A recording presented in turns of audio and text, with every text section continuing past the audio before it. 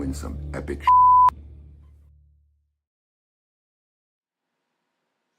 Hey everybody, and welcome back to another live Thursday night show of the Rocky Mountain Cigar Show here in the Smokin' Studio. So I'm trying to slow my intros down since I always get grief that I screw them up, and a lot of it's just because I have fun with the show, and I still just can't believe this thing is going on. So thank you all for joining us back for another week.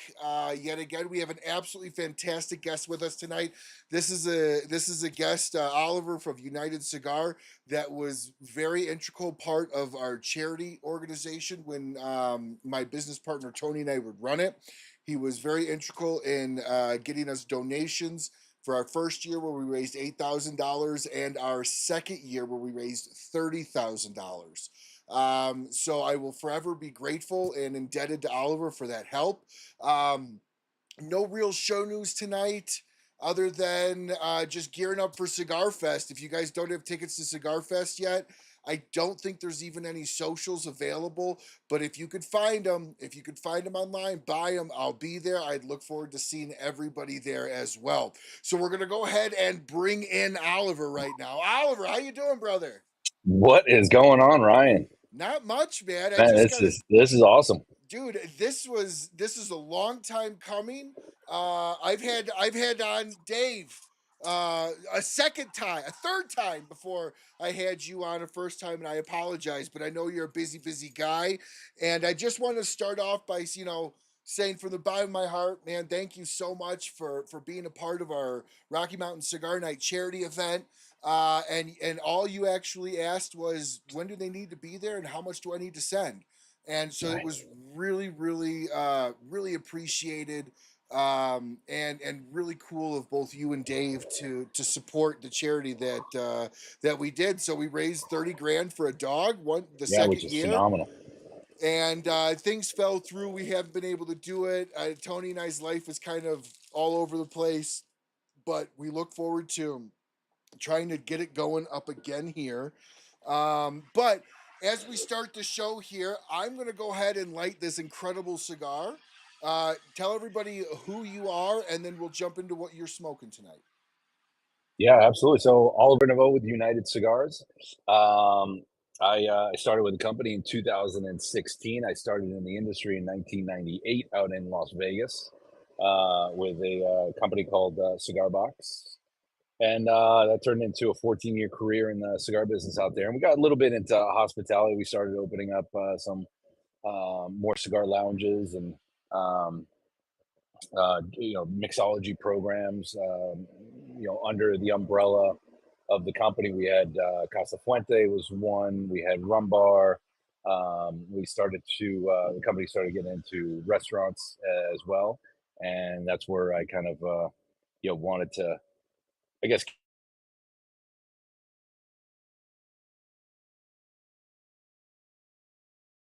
get out of the.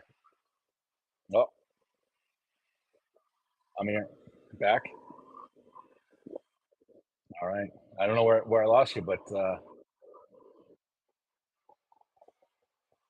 yeah. So we left Las Vegas, moved back east, and started working for Dave in 2016, and here we are, almost 10 years later, with United Cigars. So pretty amazing and humbling to be a part of a great company and small boutique, but working for a great man that gives me a lot of freedom and an amazing portfolio.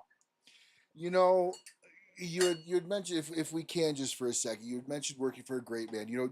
I don't have a lot of shop owners, lounge owners on my show. For one, a lot of them don't have like the decades worth of knowledge that the ones that I do have on. When I do have, I'll have Abe on, we'll have Jeff Borshowitz on, and we'll have Dave on. I think these are the three biggest names outside of the corporate-owned stores. But it always still boggles me when people don't know of either three of these guys in the cigar world. But I forget how geeky we all are, and that's why we know them. But it's got to be a huge honor when somebody like Garofalo, who is Walter Cronkite kind of in this business in the media world for originality in this in the Cigar Authority, to like handpick you, to choose you, when the reality is he could have put out an email to 100 different people, and Right. all of them, I'm sure in your mind you were thinking would be better than me right now, but he saw something in you that maybe you didn't. So what did that mean to you when, like, he was like, here dude, I'm gonna give you the keys, you run it. Yeah, it was humbling. It was a great, we had a few conversations before the idea of expanding United Cigars even came up, and the offer of a position. So I had really started going up to visit the Salem store, and going to see the Cigar Authority on a Saturday with Paul Giacalone, who owned used to own Gloucester Street Cigar. He was one of the brand owners for the original one off. And so we had a long friendship, and he introduced me to Dave. We started sharing cigars after the show on a Saturday, and then that turned into what it is today. But just the offer, understanding who he was, his history. I had actually done business with him as a small um, brand distributor when I was in Vegas. We had a flavored line called Sweet Daddies that we released in 2004, and Dave took it on. I had the conversation with him at one of the shows that I had visited his stores because I was from Boston, and I visited his East Boston location, and he had done some some promos and some radio advertising for one of the local stations, and that I'd worked at, and so we had a long history. And for him, it was, I say it was humbling, but also on the flip side, I'm not too sure how many people might have jumped at the opportunity either. Oh, totally. Because I say I Totally. say opportunity because it was here. This is what we're thinking. Coming from somebody who was already a kind of a cigar geek to begin with, then started in Vegas and worked for all those years, to have never heard of any of those lines, to then sit down and hear about Atabey, and hear that it's a $20-$30 cigar, and I'm like, well, why? We sold cigars in Vegas that were 20, but that's because it Mhm. was offensive and we were, kind of ripping people off, but everybody had their hand in the pot, right? If we wanted to sell on the casino floor, we had cigarette hostesses. They were selling the Macanudo Portofino at the Sure. time, for $20 a piece, which is offensive. But that's just what it was. You had to It's capture the Vegas audience. though. It was, yeah, and most of the time it was getting comped anyway. But yeah, and it's Vegas, and where are they going to go when they're gambling? They're not going to jump up and try to find a cigar shop. It's just not It's available. true. And It's true. so then to sit down with him and to look at this portfolio. I mean, there were, we had a handful of accounts at the time when I had started. So looking at it, I think we almost took a little bit of a chance on each other, because I was, I came on board with more of a, trying to get, a little piece of the company as it grew. So I didn't mind sacrificing, time and, and finances to help build something. This was, he really gave me an opportunity to grow something from an unknown into what we have now, which is still a small boutique company, as I mentioned. Absolutely. Before we go on further, let's get into the What Are You Smoking segment of the night, the only Mm. sponsored segment that we have, sponsored by Dunbarton Tobacco and Trust. Thank you so much, Steve. We are both smoking the same cigar, everybody. But we're gonna let Oliver explain the cigar, but we're just gonna use my image here just because it'll be easier for everybody. So, all right, go ahead, tell us what we are smoking. Love it. So we are smoking the Gold Star, just released this year. Last year we released the limited edition. So I'm just gonna It I'm gonna was a back it up. Toro last year. Yeah, last year was just one size, 210 boxes, limited edition. We did that to help support the Navy SEAL Museum, Navy SEAL Gold Star families, working with Swim with a Mission. We raised over $30,000 by donating boxes back to the foundation. So we were very proud and humbled to be a part of that. And with that blend, we softened it a little bit to kind of appease to the masses because it was going to some charities. And then with this blend that we just released this year, blended it at the William Ventura factory. Beautiful tobaccos there. So we put this together, released it. As I said, this year at the PCA, Ecuadorian Habano wrapper, Sumatran binder, and you have some beautiful Dominican and U.S. broadleaf in the filler. So to me, when I was sitting with we were in Ventura and we were kind of looking at the tobaccos and what to put together, I wanted something that was approachable but still had some good juice to it.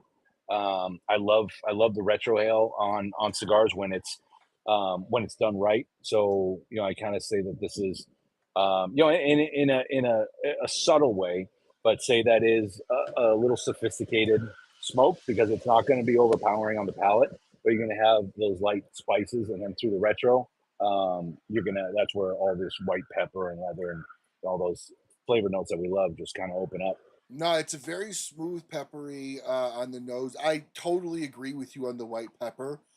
It's not even black pepper. Like it's enough punch, but that it mellows back almost instantly. Yeah, yeah. Really good medium. I would say overall medium body, fuller flavor, um, Mhm. but without that heaviness to it. It just feels like it would complement a lot of drinks. So for tonight, I am going to be drinking our newest show edition from Hidden Barn. This is Hidden called the Barn. Slow Fade. This is one of their small batch bourbons, and I will say this is a heavy cigar as far as weight wise. Like this thing's dense. Yeah, yeah. You almost And it's you have like the a billy Robusto. club. Yeah, this thing's got some Yeah, yeah. heft to So it. that's about typically like a Toro is right around the 16, um, 16 grams, and the Robusto is packed a little bit higher, and that's where it falls around the 15, 16 in weight. So Well, it's got got some density.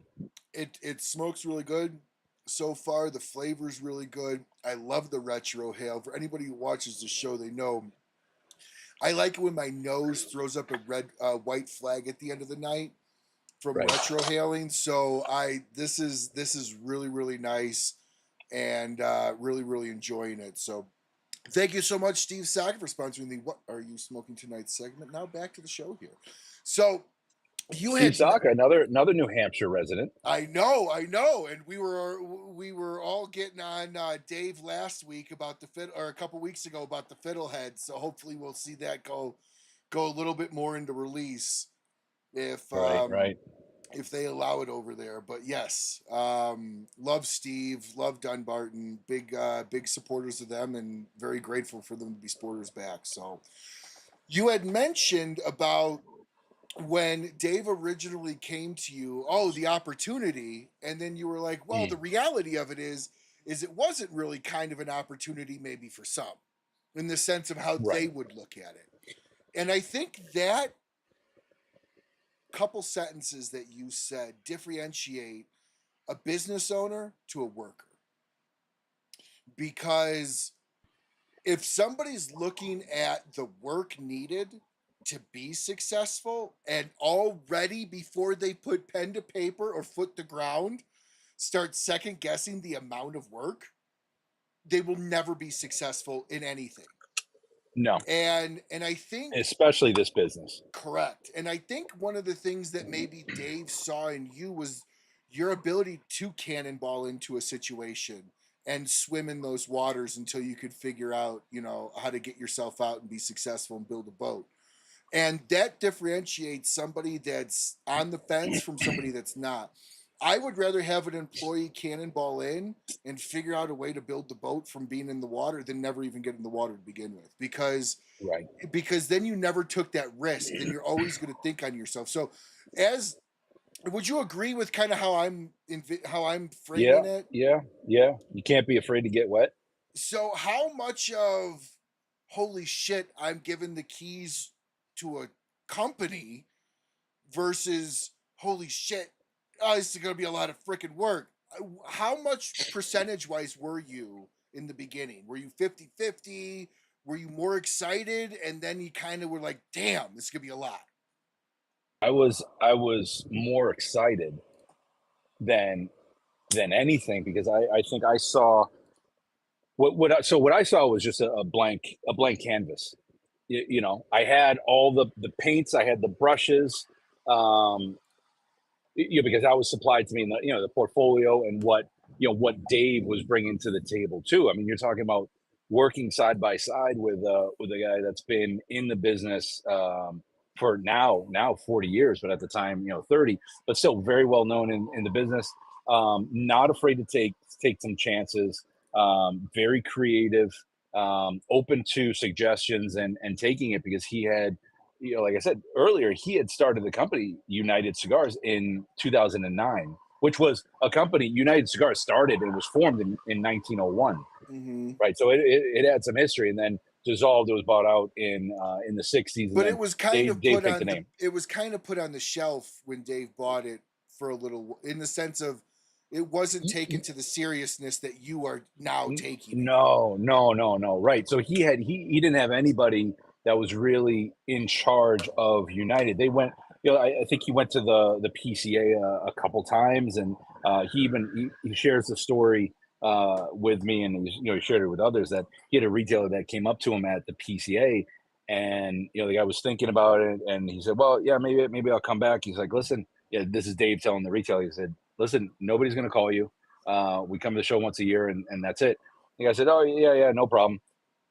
They saw each other again the following year, and the guy was like, "Wow, you weren't kidding! Like we never heard from you again. Like that was it." He's like, "Yeah, because he wasn't a distributor. He was making cigars, but that wasn't his side of the business. So even though it started in 2009, it was just whatever kind of you know came and Selected Tobacco wasn't picked up and folded into the United portfolio until 2012.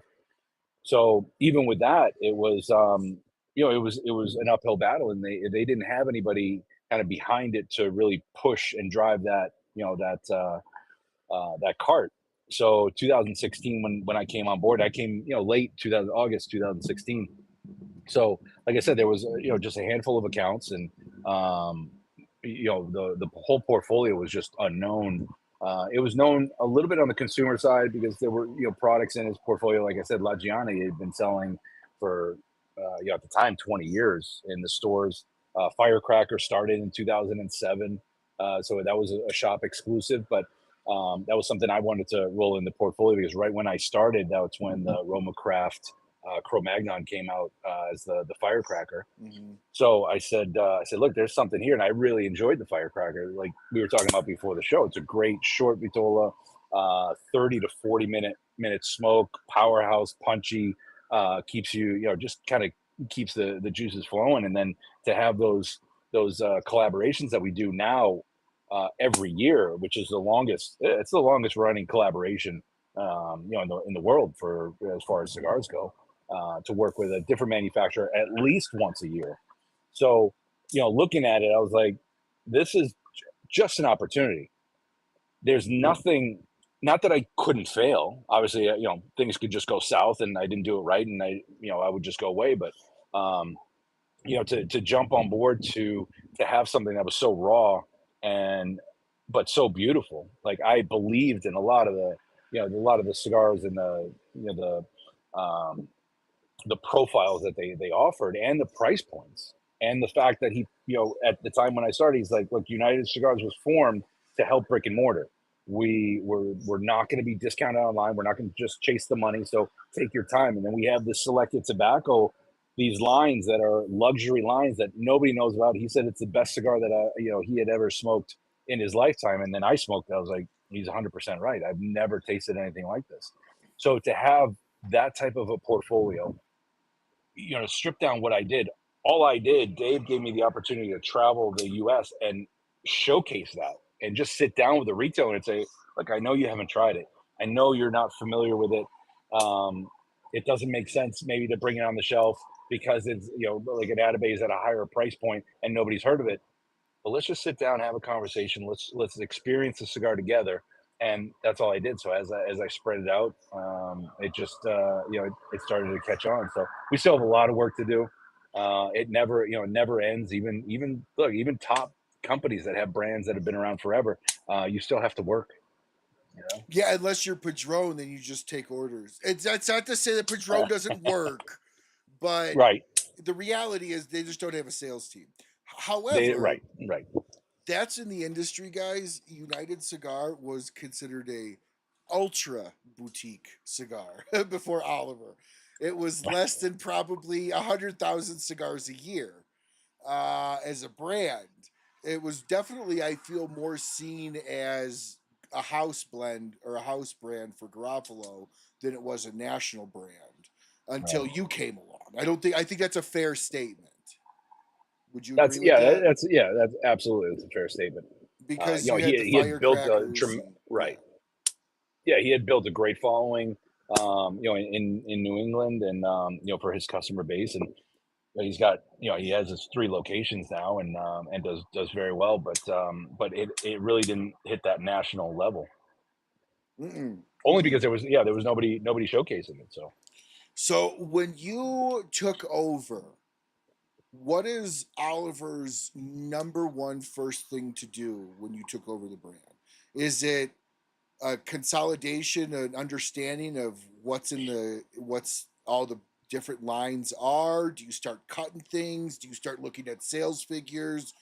Obviously, you're not out selling cigars day one. Sales is right, actually done probably 3/4 of the way through.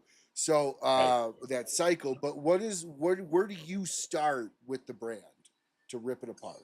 So yeah, there wasn't a lot of data to kind of analyze and go over and see how we could make it better. So it was really just looking at nurturing our account. So no, I didn't travel right away, but I kind of jumped into it early on because I wanted to kind of get my feet wet. I'd been approached because I'd been on the retail side and wholesale, kind of some manufacturing in when I was in Vegas, and did some trips to really just all Dominican.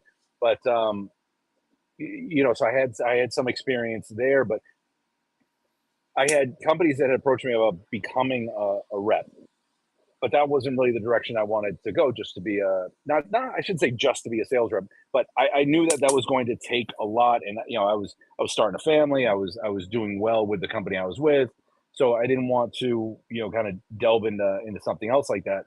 So when I started with United, going through the portfolio, learning all of the different brands. We have over 28 different lines in the portfolio. I don't think people So realize how big United Cigar portfolio is. yeah, and we stripped. We didn't strip it, then, and we've only added to it because Mm-hmm. we've represented some lines like Selected Tobacco. Um, I think pretty well, that other companies have talked to us about distribution, and we took on Arnold Andre as their distributor for the U.S. And they're a company that's over 200 years old, a German-based company. They have a factory in the Dominican Republic. They started producing premium cigars in 2011 for the European market, and they wanted presence in the U.S. So we started distributing for them in 2022, I believe, or maybe a little before 21. But so going back to what was kind of that first step.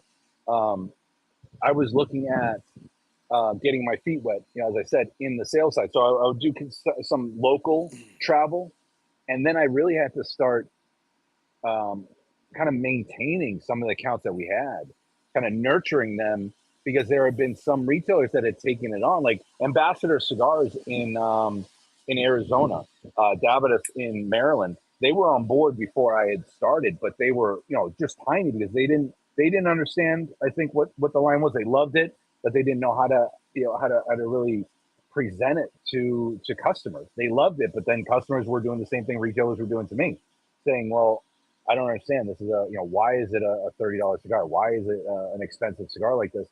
So just educating them, supporting them, so nurturing those accounts for that that first I don't say year, but at least first 6 months plus. because we would have like, Ambassador in Arizona, but then we didn't have anybody else. Right. So then I had to travel that territory, and then, you go to Maryland and I have, Davidas, but then that was it. And even, Jeff at Corona going down there, but he only carried a small portion because they didn't I don't know if you've seen their stores, massive huge retail, but all of their shelves were kind of angled. They at the time they weren't really showcasing anything on tables. And when I started with United, selected tobacco was mainly presented in jars, and so it wasn't really for them. They didn't want to be on board with it. So, I think the main focus was really, okay, let me see what we actually have. Let me visit these accounts, like I said, nourish those accounts, and then after that, then it was like, okay, well, I need to now, build those territories. So I'm not just going out visiting one account and working from there. So it was then looking and reflecting back on, okay, when did these lines start? And if they have the same packaging that they had 30 years ago, maybe it's time to update it. And when you're looking at like a La Giana or a United or a Firecracker, you could present that to 100 people, and nobody would understand that. There you go, yeah, Firecracker. But nobody would understand that those are all part of the same portfolio. Those are all made by United Cigars. So it was about then bringing it back, and how do I now start, not necessarily rebranding, but making that branding a little more cohesive. It seems like to me that the lines were kind of their own thing, and nobody realized it was all United. So you Right, started to 100%. then umbrella the company more so under the name United than the brand than the individual lines. Is that fair? Yeah, absolutely. But it was like having feral kids, or being out in the Oh, country, and every totally. kid's doing their own thing, Yeah, right? And I love the absolutely. country. Nothing against country people. I love it. Right? If I could be in the country and just not worry about things, I would. But what I'm saying is, like, every kid's kind of running around doing their own thing, Hmm. and they I guess from the movies and the stories, it's like then they have an identity, because it's like, oh, there's another Nivaud kid, causing trouble. But it's really like they're all kind of running around without a mission as a family, and that's what I was Sure. trying to do with the United portfolio, kind of bring everything together, and make it all understandable, and so that Cohesive. people can start to cohesive, so people can kind of recognize a Firecracker as a United portfolio, the La Giana as part of the United portfolio.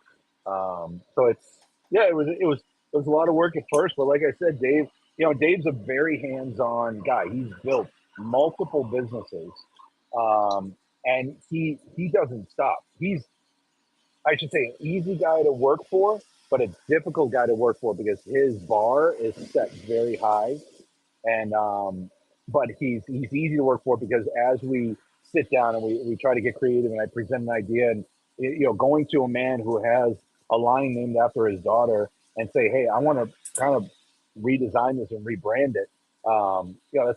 That's not an easy thing to do, but he was open to it, and very, very supportive. So as you're kind of starting this, bringing more cohesion to the brand, um, who wins, you or Dave, in the beginning? Like when those early stages, did you ever have to have a conversation with Dave along the lines of something like, "This is why you Well, brought me here, so let me do right. my job." Yeah, I think he's one that says, like, if it doesn't work, we change it. So I think because it wasn't working, not necessarily working for him, but he wasn't doing anything with it. But I was presenting ideas, and obviously he had his input in these, changing things, but he was open to changes, um, updates, rather, and kind of refreshes and reblends, and things along that nature, and taking it in the right direction. Like I said, he was in no rush to build the company, and he had, we set goals for every year, but and the expectation was high, but it was set high so we could push ourselves, but it wasn't set high to say, hey, you're going to fail, because all we were doing was increasing in awareness and presence in the market. So he was always open to a lot of things, and not to say that there hasn't been pushback or some things have been shut down because of he comes up with crazy ideas, but I'll come up with a few myself, and it's just a no. So We have a question here. How did you get the other companies to join his portfolio? Was the cigar shop doing the distribution too? how did we get the other companies to join the portfolio? Other companies like Selected Tobacco That would and be Arnold my Andre, guess. I'm assuming. That would be Yeah. my guess. So Selected Tobacco, Nelson Alfonso, was rolled into the United portfolio before I started. That came into the United portfolio in 2012, and that happened because Nelson had introduced his line to the U.S. through a distributor in California. It was really just concentrated on California. That's all it was. And then I think they did a partnership with another distributor in Texas, and they were selling a little bit out there, but nothing was really happening. And I don't want to say that they weren't treating it with respect in the way it was. I just think it was a little misunderstood. So when we brought it in, and this was the beauty where Dave didn't want to have a rush, and he didn't want to force it, because we had plenty of accounts that were starting to hear about, say, Atabey or Byron, and they're like, "Oh, can you just send us one or two boxes of this size, because we have a couple customers that all want to buy a box of the Atabey Ritos." And I talked to Dave, and I was living off of sales, and the business was going to live off of sales too. So to turn down any sale is next to madness. But for the long term of the brand and United, it just didn't make sense. I want shelf space. I want it to be respected. I want it to grow in the proper way, to have a proper foundation, not just sell it to a retailer who's going to sell it to 3 of their customers. I said, well, let's bring it in, and if there was pushback because they didn't want to because it was expensive and unknown, and they're like, no, we just have these customers that really like the cigar. Okay, well, my point to them is, if you have one customer that knows the cigar and wants to buy a box that you think is too expensive, but you have 3 people that don't think it's too expensive, do you feel like out of your customer base, you might have maybe another person that's interested in a box or 1 or 2, or maybe another guy, but they're not going to know you have it unless you showcase it, right? Nobody's going to buy a Lamborghini on a Tesla dealership lot if there's no Lamborghini. Plus, Right? let's They're be going to go to the honest Lamborghini too. dealership. Let's also be honest. You sell a $30 cigar, say, even though the retailer's probably buying that for between maybe $10 a cigar, upping it, or $15, even if he keystones it at 15, and then it's going to take him 3 to 4 sub $10 cigars to make what he made off of a $30 cigar. So like, there's a And huge some of the value cigars to aren't even, it. yeah, 100%. And that's where, for us at United, we look at the portfolio and we try to give a fair value to all of our retailers. And that's why they're going to at least make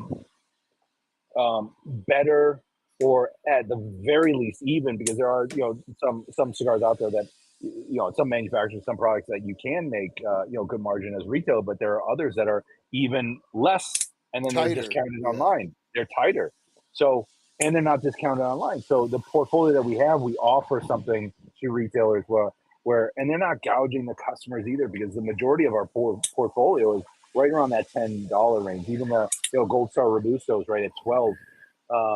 So we were offering something that had value. So to answer the question of how do they come to us, I think because we respect the brands, we respect our company, we respect the retailer, we respect the consumer.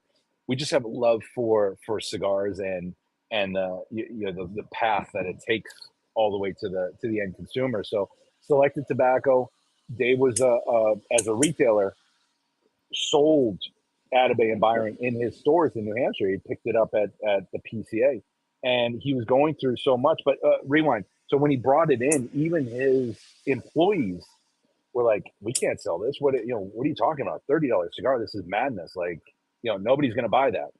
Dave believed in it so much. He said he went down on the sales floor and just started selling it, introducing it to people. And I don't know if you've ever been to Salem, New Hampshire, or Nashua, or it's not. And nothing against the people. I live in New Hampshire, but this isn't Vegas. This isn't like a ritzy town or Texas where there's just oil money. $30 is a commitment, right?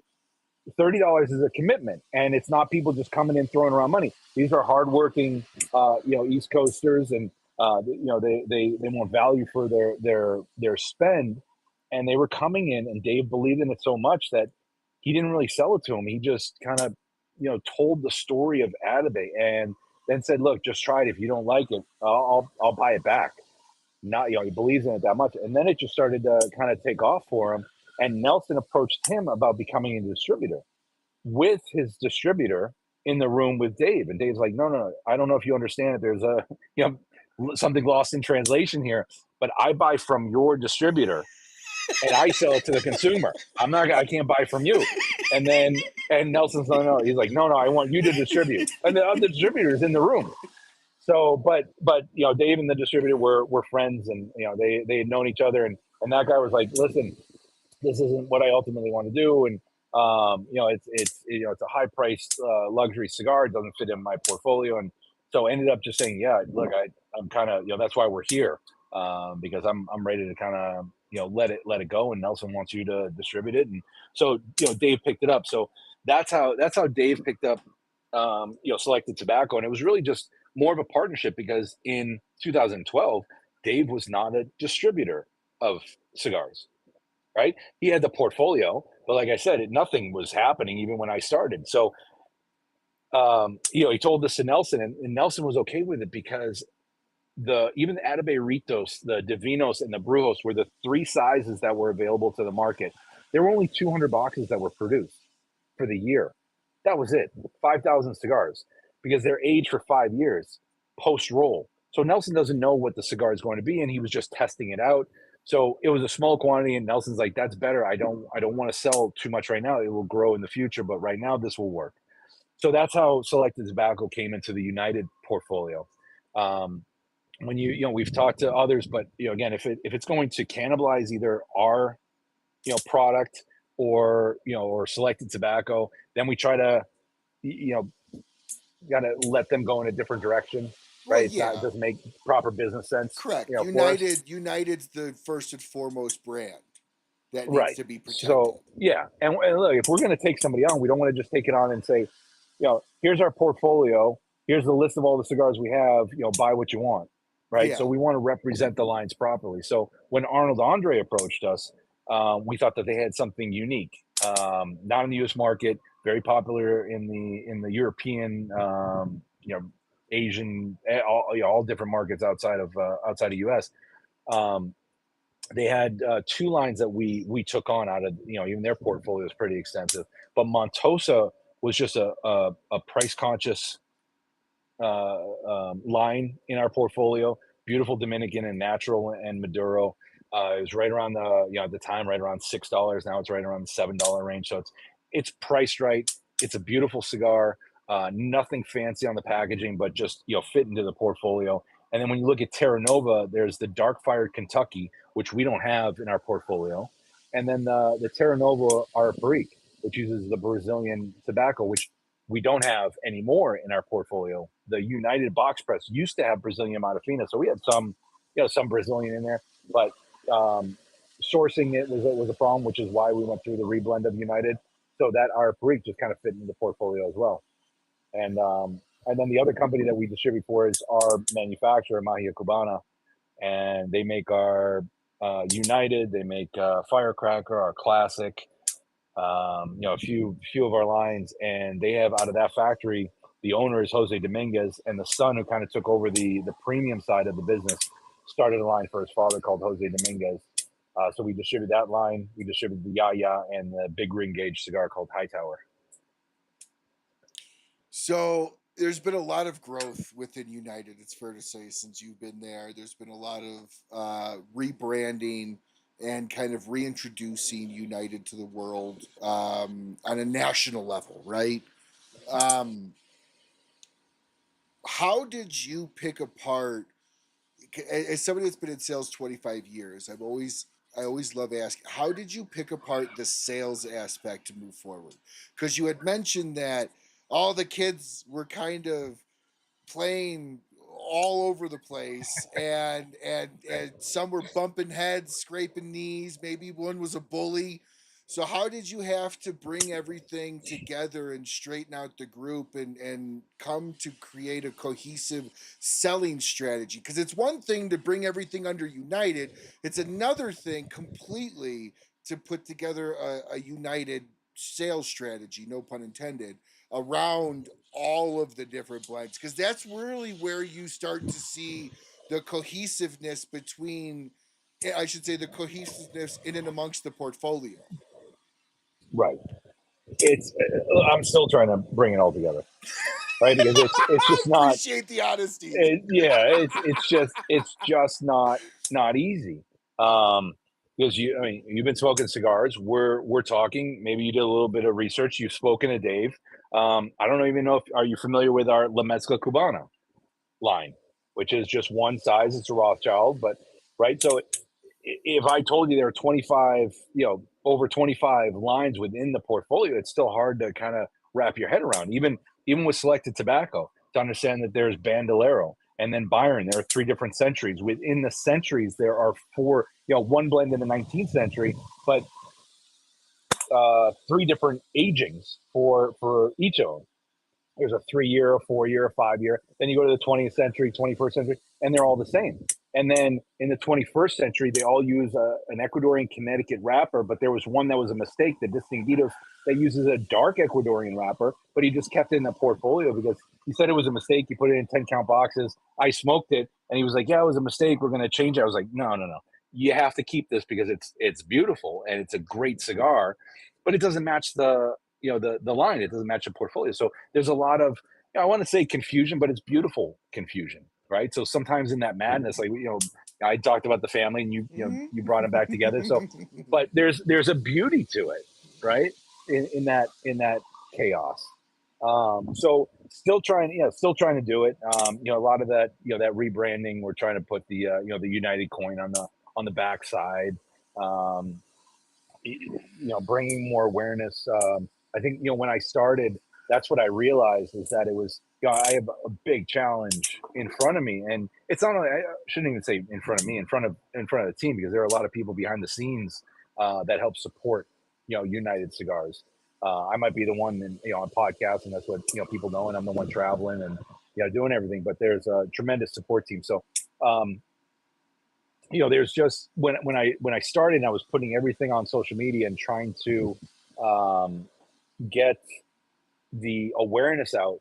I realized that by the time I got to the end of the portfolio, because I'm taking a picture here and posting Atabay, and then I'm taking a picture here, and here's Firecracker, and then I'm taking a picture here, and here's our classic bundle, and then I'm taking a picture here, and it's La Giana. By the time I circle back, everyone's forgotten about the first one. So after I think it was 2017, because when I started, there was no reposting of any cigars of the United portfolio because nobody had it, nobody was aware of it. So it was just me posting, and I said, "Yeah, I'm going to put the focus on what I feel is the top tier, our premium ultra luxury line, which was Atabay." So I put the entire focus on that for the year, and I just started pumping it out and taking the pictures and introducing it to everybody. And I said from there, everything will kind of trickle up to Atabay. So that's what we've been trying to do. But it's hard for a lot of manufacturers and a lot of companies to build one brand, and we're trying to build all these brands. And Well, you were we're given the keys to a mansion and trying to right, figure out right, how to clean right, it. right. Yeah, there you go. That's I mean, 100% right. it's Yeah, true. yeah. You know, And look, we're our own worst enemies too, because it's like as we're building a brand, then it's like, oh yeah, let's take on the distribution for another company. Oh, and by the way, let's release this new cigar, and let's rebrand. Everybody is starting to know what United is, but let's rebrand it. And Firecracker, let's rebrand it. So now you're not necessarily starting all over, but it's hard just to build one brand, and we're trying to build all these brands. So it's a challenge, and I just continue down the path. But the beauty of it is it gives retailers and consumers a lot of options, so for their on their shelf. so you've been in this now for quite some time with United. how long did your honeymoon phase last? And what I mean by that is, how long were you like, I'm still having sex every day. yeah, oh, okay, so I like that. I Yeah, like yeah, that. I like that. I still yeah, having sex every day. I like it. I like it. That's a great way to put it. Was there yeah. ever was Still, there ever was there ever a point in time where you were like, what the fuck am I doing? Like, I might oh, have bit off 100%. more than I chewed. How far into your journey with United was that? Um, I think that is something that just in life, even I was talking to my kids, I was talking to my son, my daughter about it. It's that yo-yo in life, in business, in everything. You have to balance because you're going to have peaks and you're going to have valleys. And if you just you rest on sorry, my son hit a grand slam the other day, and he has that mindset where I'm like, dude, that was awesome. Talking to him after the game, he's like that was awesome. Like, what a feeling. He's like, yeah, but it's like I don't want to set myself up for anything. I said, no. Right now, enjoy it. Tomorrow's the new day. Set yourself up. You have another game, and then you have to prove yourself. Everybody's going to forget what you did today, tomorrow. So build on what you did, use it, but yeah, don't ride it too high. So to answer the question, I battle that all the time. You might have a good day, you might have a good week, good month, and then all of a sudden you just get kicked in the teeth, and it's like, oh, here we go again. Gotta build it back up. Speaking of that, is the Gold Star causing any eye irritation for you? Is that a strange question? That is a strange question. I'm curious as That to was why you asked that. Yeah, because that was a review that was put out, and in the review they said it caused eye irritation, and they put it out there like, is anybody else experiencing this with this cigar, the Gold Star? I was like, eye irritation. Like, that doesn't even make that. I've never heard that. So I just say that because that's another kicker. Just when you're feeling good, because you get like Gold Star got a 93 from Cigars and Spirits, so I was riding a high, and then all of a sudden it gets this other review that wasn't terrible, but it wasn't great. Really, anything. Right? We all know that anything that is, even if it's 89.99999, you can't put it out there because it doesn't start with a 9. Because Correct. we've all adopted this rating in our heads that, oh, it's got to be a 90, oh, it's got to be a great cigar. 89, I'm not going to smoke that. Yeah, I don't. Right? I discourage people from going off of lists and from Yeah. going off of reviews. I've had cigars that, a really prominent reviewer put out that was in like the mid 80s. I love this cigar. Like, it hit me. Do you have a bug zapper? Is that what we're hearing? Oh yeah, you hear the bug zapper? Wow, dude, that thing is just mortifying things right now. It's crushing things. I can move it. We just had a major. I don't know if you saw me. I was looking up a major rainstorm that just Yeah, dude. absolutely downpoured. That Yeah, thing maybe the is snapping. that thing's about to get it. That thing's gonna get a Purple Heart before too long. That Yeah. thing's battling. Let me move it quick.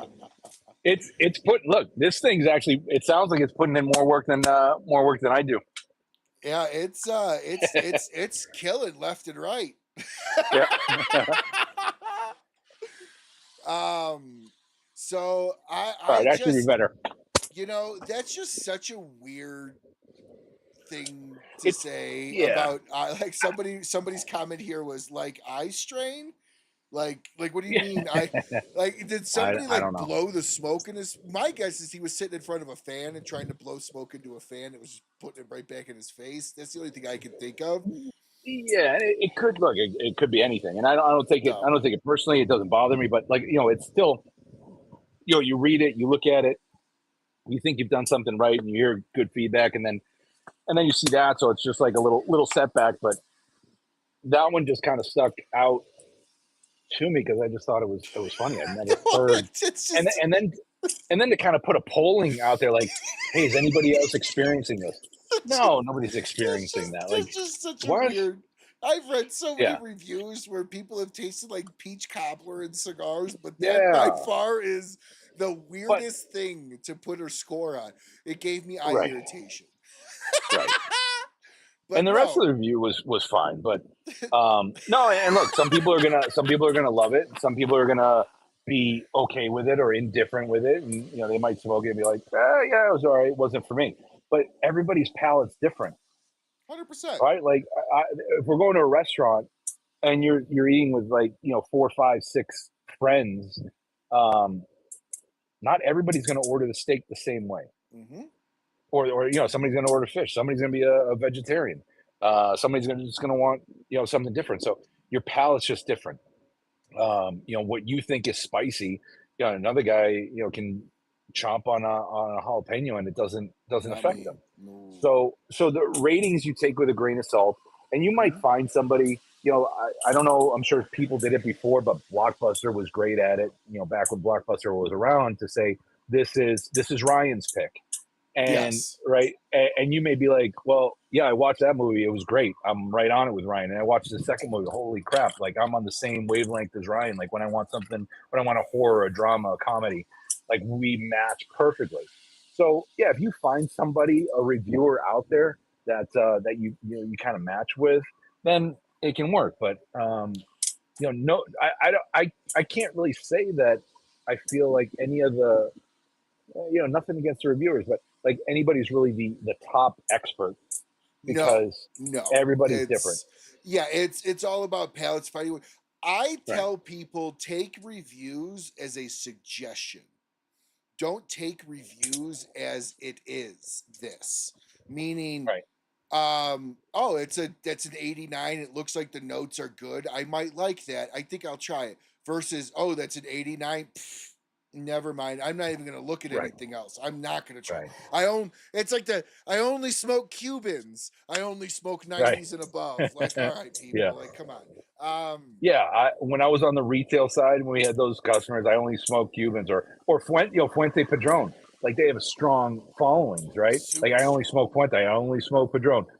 So we'd get new customers, or even existing, and they would come in and look for a suggestion or say, I've never had a cigar before. Where do I start? And you have to figure out what their palate is. And I said the best part about the industry and cigars is that there's such an offering. I said the best thing to do, start from the left, work your way over to the right, and you'll figure it out. Then you'll be here every day. You'll enjoy a cigar, but you'll really start to understand where your palate falls. No, I agree. We're getting a lot of questions on your bug zapper here, real quick. What brand is it? What brand is it? The guy says that thing's doing some big work.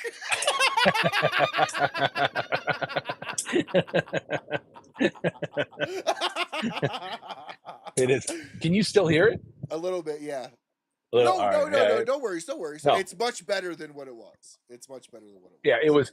It was closer. It was closer to me, but now and we had the come on, you're gonna have to have it in the background. Yeah. Hey, you know what? Hey, maybe that's our next promotion, right? We're gonna United Bug Zappers.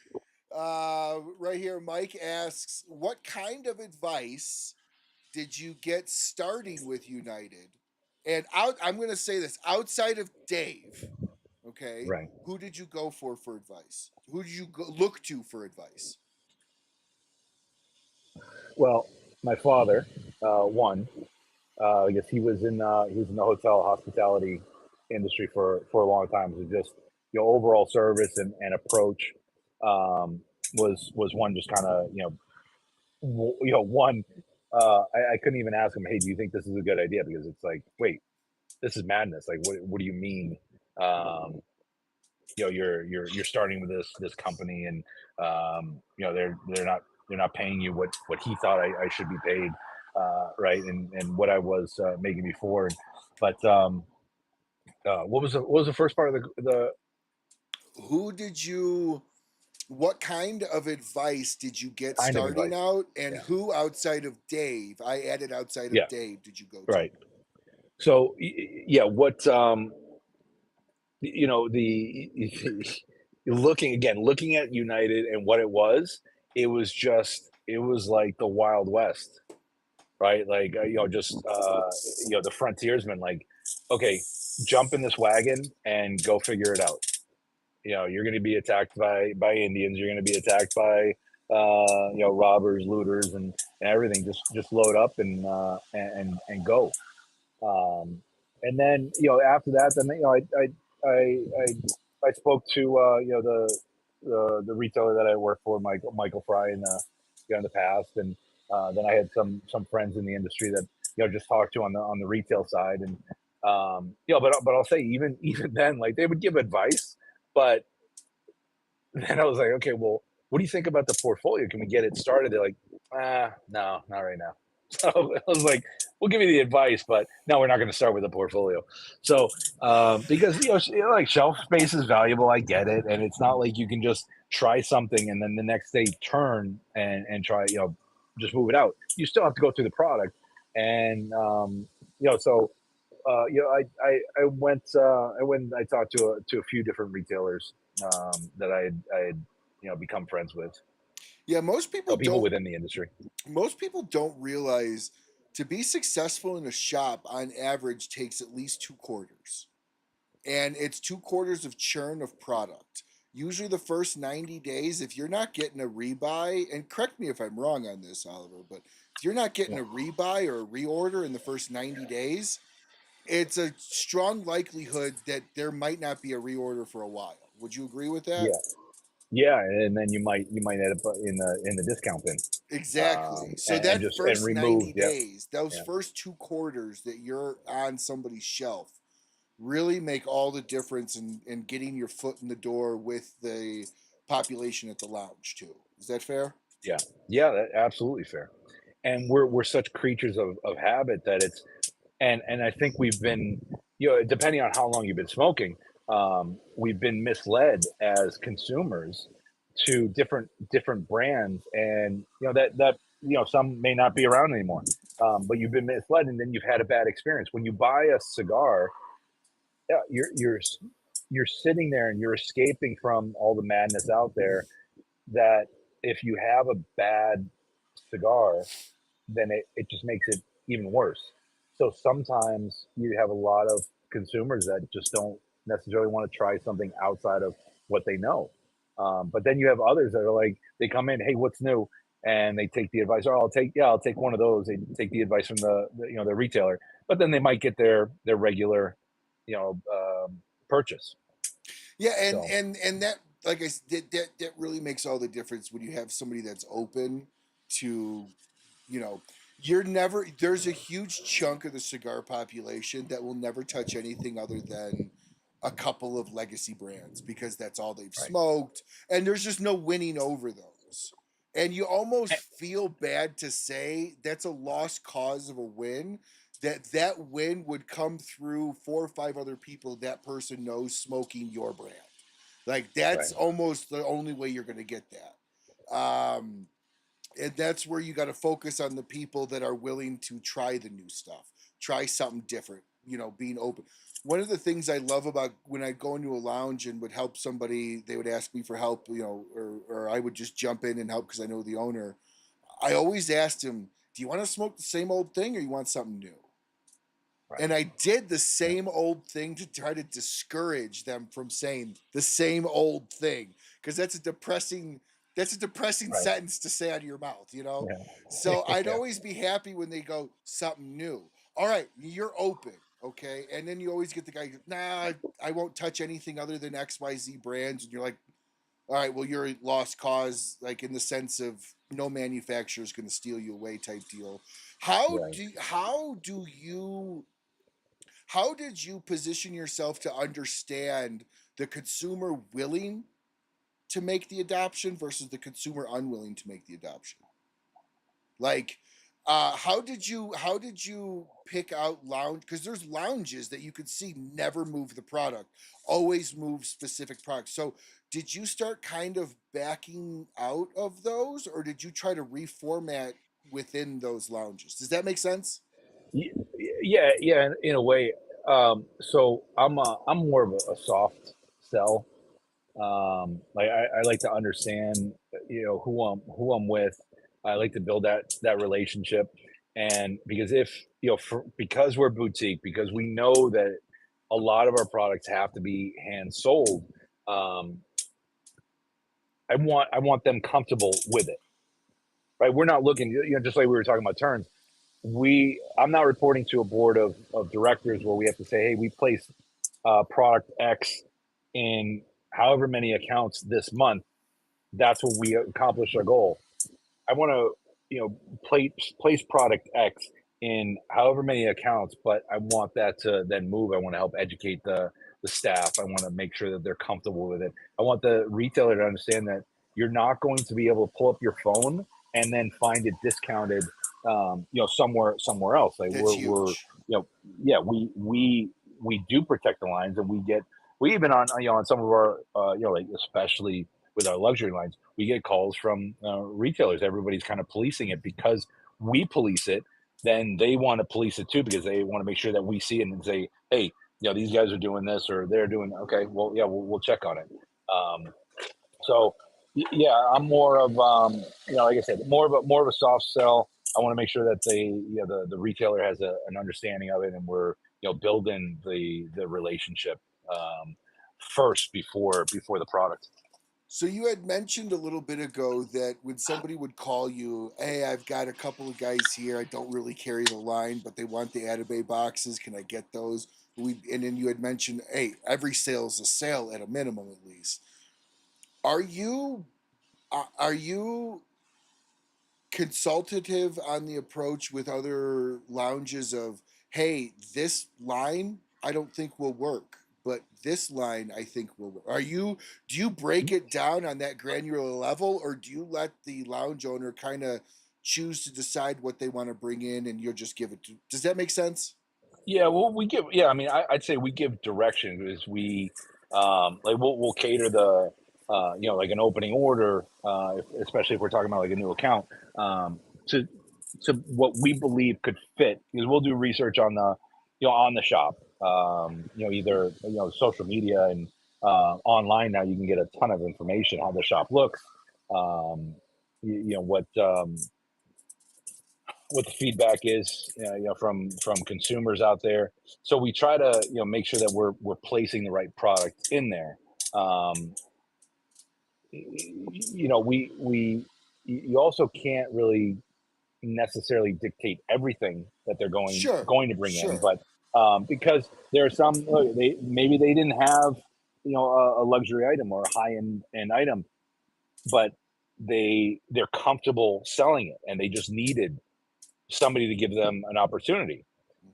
So we like to, give that opportunity when we can, if it's the right fit. But also with that said, we don't try to oversaturate the market with, some of the, like the Atabays and the Byron because it's a very limited production.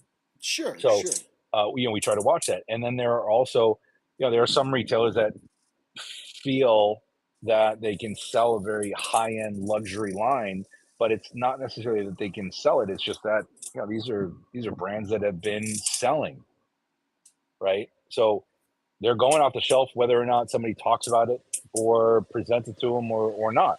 So is it the the team behind the shop that's selling the product, or is it just the product selling? So we have to make sure it's the right account because we don't like I said, I don't want anybody to fail with it. No, of It doesn't course, of do us any good. course. Yeah, And because we're going you through have a lot of lines, so it might be a little daunting for right, a shop owner to go, I can't bring all 20 something lines in that you guys right. have. Oh yeah, So yeah. how do We've we heard that. curate the best ones to bring in? Does Atabay have minimums? Is that kind of how you guys are curating and keeping it um out of like so it's not everywhere type deal? I'm not saying that right. Yeah, no, yeah, but I understand. Like, is there a minimum? Like for any of our lines, we like to see at least a good presence on the shelf. You know, Do they two, have three to have boxes. that before you'll consider Atabay for them? It really depends on the year. So, um, or the time of year because we get the productions from Nelson, throughout the year, every quarter. So, um, it really depends on what the flow is and what our inventory is. Usually around PCA, but when it was in July, that's where we knew, okay, this is what we have. This is what Nelson produced for the year. We're projecting growth from our current existing accounts. Nelson's increased the production. It's ready to be shipped this year, so we can open up a projected X amount of accounts, at the show, and then throughout the year we also hold a couple, But for they can't be accounts that we're Atabay. able to open. They can't be Atabay only though, right? My guess is No, you leave Atabay for people more than just one line. yeah, And we that look makes for sense. That support, makes sense. right? We Yeah. look for support in the core lines, and nothing crazy. And I think that sometimes becomes part of the confusion, because I've had some retailers say, "Well, I can't carry all of your lines," and I go, "No, I don't expect you to. I'd love you to. If we can get to that point, sure. Fill up half your store." But really what we look for is just a support on some of the core lines, because we know once that's moving, and once Yep. your understanding, and your belief goes up in the United portfolio, well, then we can expand from there. So it's one or two lines within the United portfolio, You want the nothing overly foundation. extensive. You want the foundation to Just be had yeah, before the penthouse comes in. right, Yeah, and that right, makes total right. sense. That makes complete sense to me. And on top of it, it tells a better story. Then they understand United. They understand the goals of the brand. If they're just picking and choosing, it's not really beneficial for you guys as a company. Yeah, you're making sales, but the image isn't portrayed the way you want it if they're just No, Atabay only. And I'm sure you get right. that question. That's why I wanted to ask. Yeah. Um, Yeah, and we wanna support, like, the retailers that have been with us. We wanna make sure we're able to mhm, support their growth, mhm. because if we're not projecting a growth with them, and we know some of the retailers that are either where they are, because that's as far as they can grow, and there are other retailers that want to support, the portfolio, want to grow with those premium lines. So we have to kind of factor that in. So we want to make sure that we're not just putting it out there and then telling everybody, oh, we're back ordered, we're back ordered, we're back ordered. That's a That doesn't do killer. anybody any good. Yeah. That's a So brand killer. yeah, It yeah, can be. yeah, for sure. Now I Yeah. want to kind of move on to focus the latter half of the show on you. All right. I want to kind of dive into what makes Ollie tick. And I'm only saying Ollie because your sales lady on here. I assume it's Agnes. Am I saying that right? Oh, Agnes. Yeah, yeah. Agnes. She Taking a- says she likes to talk over you a lot on Mondays. Oh, Um, but I'm really curious. What makes you tick? What gets you out of bed in the morning? What's your routine?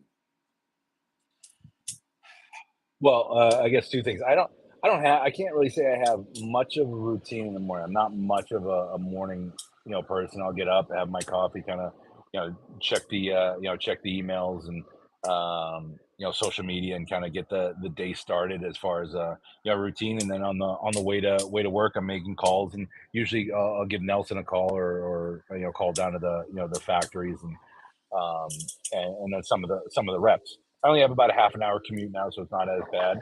But I'd say what kind of makes me tick is, one, the challenge of United. Like I kind of get, um, a little bit of energy from any setback, Of course. right? Any type of turn in the wrong direction, because I'm like, all right, I want to straighten this ship, back out like this. All these lines mean something to me, because I've had my hands in it, and I definitely don't want to let Dave down, because he's given me so much opportunity. But on a personal side, yeah, I'd say, like, my kids are my absolute world. Like, I want to, I between just giving them you know obviously financial support. They're both in college, but A lot so of I get financial the credit. support. I get the credit card bills, and Now I get why your dad was like, "Where you yeah. going? Where you going?" Oh my god, right. It's like, oh my god. My son's playing baseball out in Fresno, California, and how much in and out can you really eat in one day? And he's getting three double doubles. um he All just animal eats, it's just, style. yeah, all animal style. Like, he's a beast. And my daughter, she's going to school in the UK, and I see train tickets, going up to Scotland for the weekend to visit my friend and see a concert. Oh, we're going. I want to go to. She went to Romania. She went to Wales. She went to France, and so there's financial support, but also the emotional and mental support. And I don't want to, I don't necessarily spoil them by any means, like just give them, they have to work for it, but I want to, I provide them with, good morals, good goals, but that's my big drive You have how is many those two. kids? Two, two, Two, son, boy and a son and girl. daughter, yeah, boy and One's girl. in the so literally one is on the opposite end of the country and one's in the other side of the world. Right, right, the other side of the pond. Well, he goes to school on the East Coast. He was playing baseball at Franklin Pierce, and now he's transferring out. So we got to figure out where that ends up. But so he's on the East Coast at least, so I get to see him. But yeah, she's across the pond. And what do you do for you? What when your wife's gone, your kids are gone, and it's your day for whatever it is you want to do. What do you do? How do you spend your downtime for you? So I either go to the range, try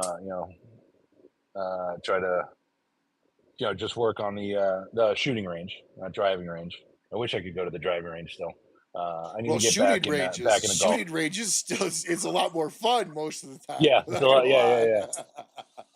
So try to go to the range, and then lately it's just been a lot of work around the house.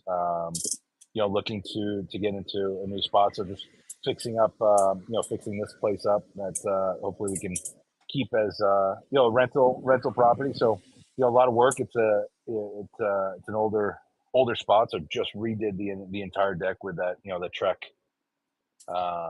decking, and then just laying out just all the gardening and landscaping and inside things that need to be updated and changed, so that sometimes it's a little bit of a pain because you can't use this room, or you can't use this sink, or you can't use this for a couple days because I can't get to it, and maybe I didn't finish it over the weekend, and getting to it during the week's a little bit of a challenge, but yeah, just little escape here and there with with what the do you, range. And what do you like to shoot? Are you rifle, handgun, shotgun? Uh, ha- yeah, handgun. I don't do as much shotgun as I'd like to. When I was so I lived in Mass just until last year, August, and my range there had an old skeet shooting and trap um, setup. So I would do that more, but up in New Hampshire I haven't. But New Hampshire I can pretty much buy anything I want up here, shoot anything I want up here. Massachusetts, there were too many restrictions on too many gun laws, and but more handguns. One of the latest pickups I have the Smith and Wesson M&P 2.0, but they had an Shield. FPC collapsible. Yeah, the Shield. Yep, I have the first one. And yeah, and so did you see the it's the FPC collapsible carabine that it matches? The magazines work for both. No. So it's a 9mm rifle. It's just great, collapsible. Not that I put it in my backpack, but it just kind of folds up, and bring that to the range. It's a lot of fun. No, I'm a huge gun guy. I don't care what anybody says in life. You take like a gun. I like guns. I love guns. I shoot all the time. I'm like way the fuck up there with how much I love guns. I'm a Uh, firm believer that the military should hold fire sales, and if you could push it, drag it, or fly it, or drive it home, it's yours. So like it should be everything out there. I don't care if any that offends anybody or not. That's my belief. God damn it. yeah, that's So your I American right there. yeah, absolutely. I always tell people the only reason why we have any rights is because the gun protects them. Right. Without the gun, 100%. we would have zero rights, in my opinion. So no, I love that. Do you reload? Do you get that much into it? I don't. I think once.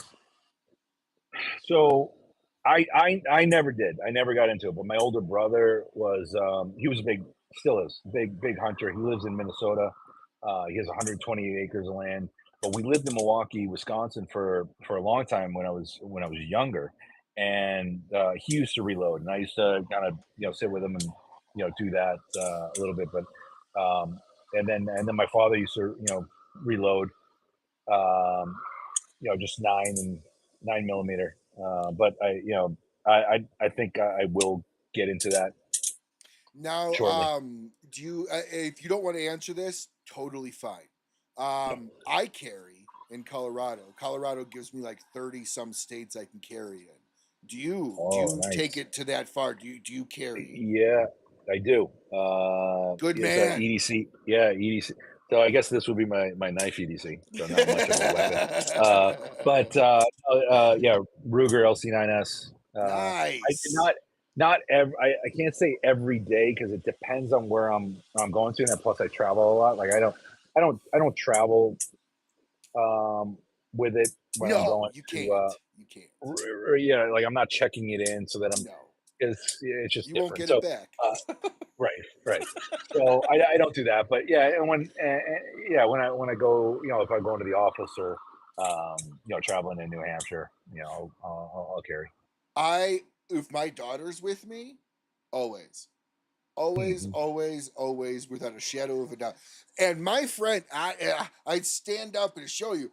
I'm built more like a pear, kind of. So if I'm running, my friends know shit hit the fan. You better start running too, because Right. I'm out. I take the whole Indiana Jones approach with the guy swinging a knife. I'll just shoot you. I don't care what kind of things you're Right. doing. So if I'm running, like you guys better be going too. Right. Right. I mean, shit. So are you a reader at all? Yeah. I mean, yeah. So it's funny you say that because my daughter is a big reader. Right now, she told me she's reading 8 different books right now, At the and we were same just talking time? about. Yeah, at the same time, because she said she gets bored with one, or she might get scared with one, or it's too emotional, so she starts another one. That's what she's going to school for.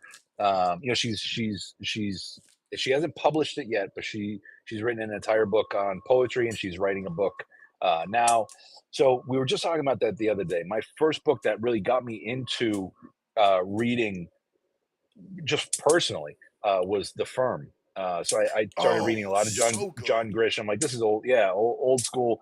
So I was talking to her about John Grisham, and then I got into Dean Koontz. Um, but no, lately I haven't, and I've become lazy with the audiobooks. Just because I can pop it on in the car, and they're more um, either motivational or self development type books. But I do, yeah, I miss those days of just sitting in the chair on the deck, lighting up a cigar and just reading. Oh, there you go. Red Now, Anchor. I just had one today in the Red Anchor Lounge in Nashville. Too, guys. yeah, this is my first red anchor. Mm. So I'm really, really happy to be trying this right now. Now, is that put it out? Is that a Toro? Yes. That's the Admiral. Yeah, no. So yeah, no, I see it. Yeah, so that's the Admiral. I went with the La Giana 30th Hmm. anniversary barber pole, which is just a. I love it. I think it's a beautiful blend. Again, softer on the palate, but just a ton of flavor that lingers. Long finish, beautiful retro. Uh, I love it. But yeah, Red Anchor is great. Made it Kellner Boutique Factory. Um, did we talk Long about? long history too. Long history Yeah, name too. yeah, You can yeah. you can Started you in can 1772. yeah, give us a quick rundown and then we'll continue on. Yeah, I mean, oldest cigar, with a band on it. Started in 1772 in Delft, Holland, which is why we approached the Kellner family to work with us on this How blend. close to And the original blend do you think it is? zero. Okay, 'Cause so you we have guys didn't try no, to no, historically recreate. You just no, kept because the there blend. was You just kept nothing. the Yeah, band. nothing. Yeah, nothing that. Well, not even the band.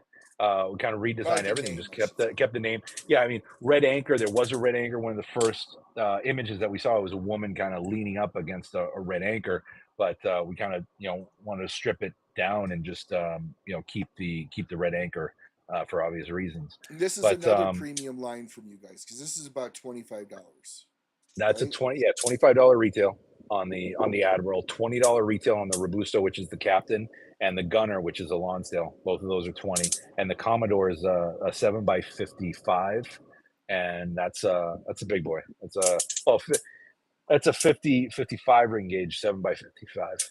So in my state, this would be about a $30 to $33 cigar because we got a 56% sales tax moving to 67%, I think, next year. Wow.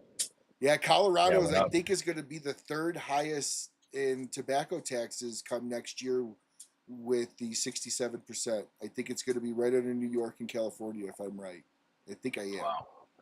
So Yeah, and I mean, so yeah, Illinois just went up to I think 45%. So there've been a couple raises. no, it's ridiculous. I want to get back to you. Oh, thank you, Bruce. Walk us through your management strategy. Now, obviously, you're very established within United now.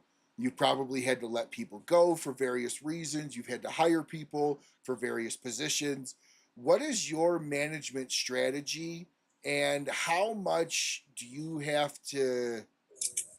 control or freedom do you have over it?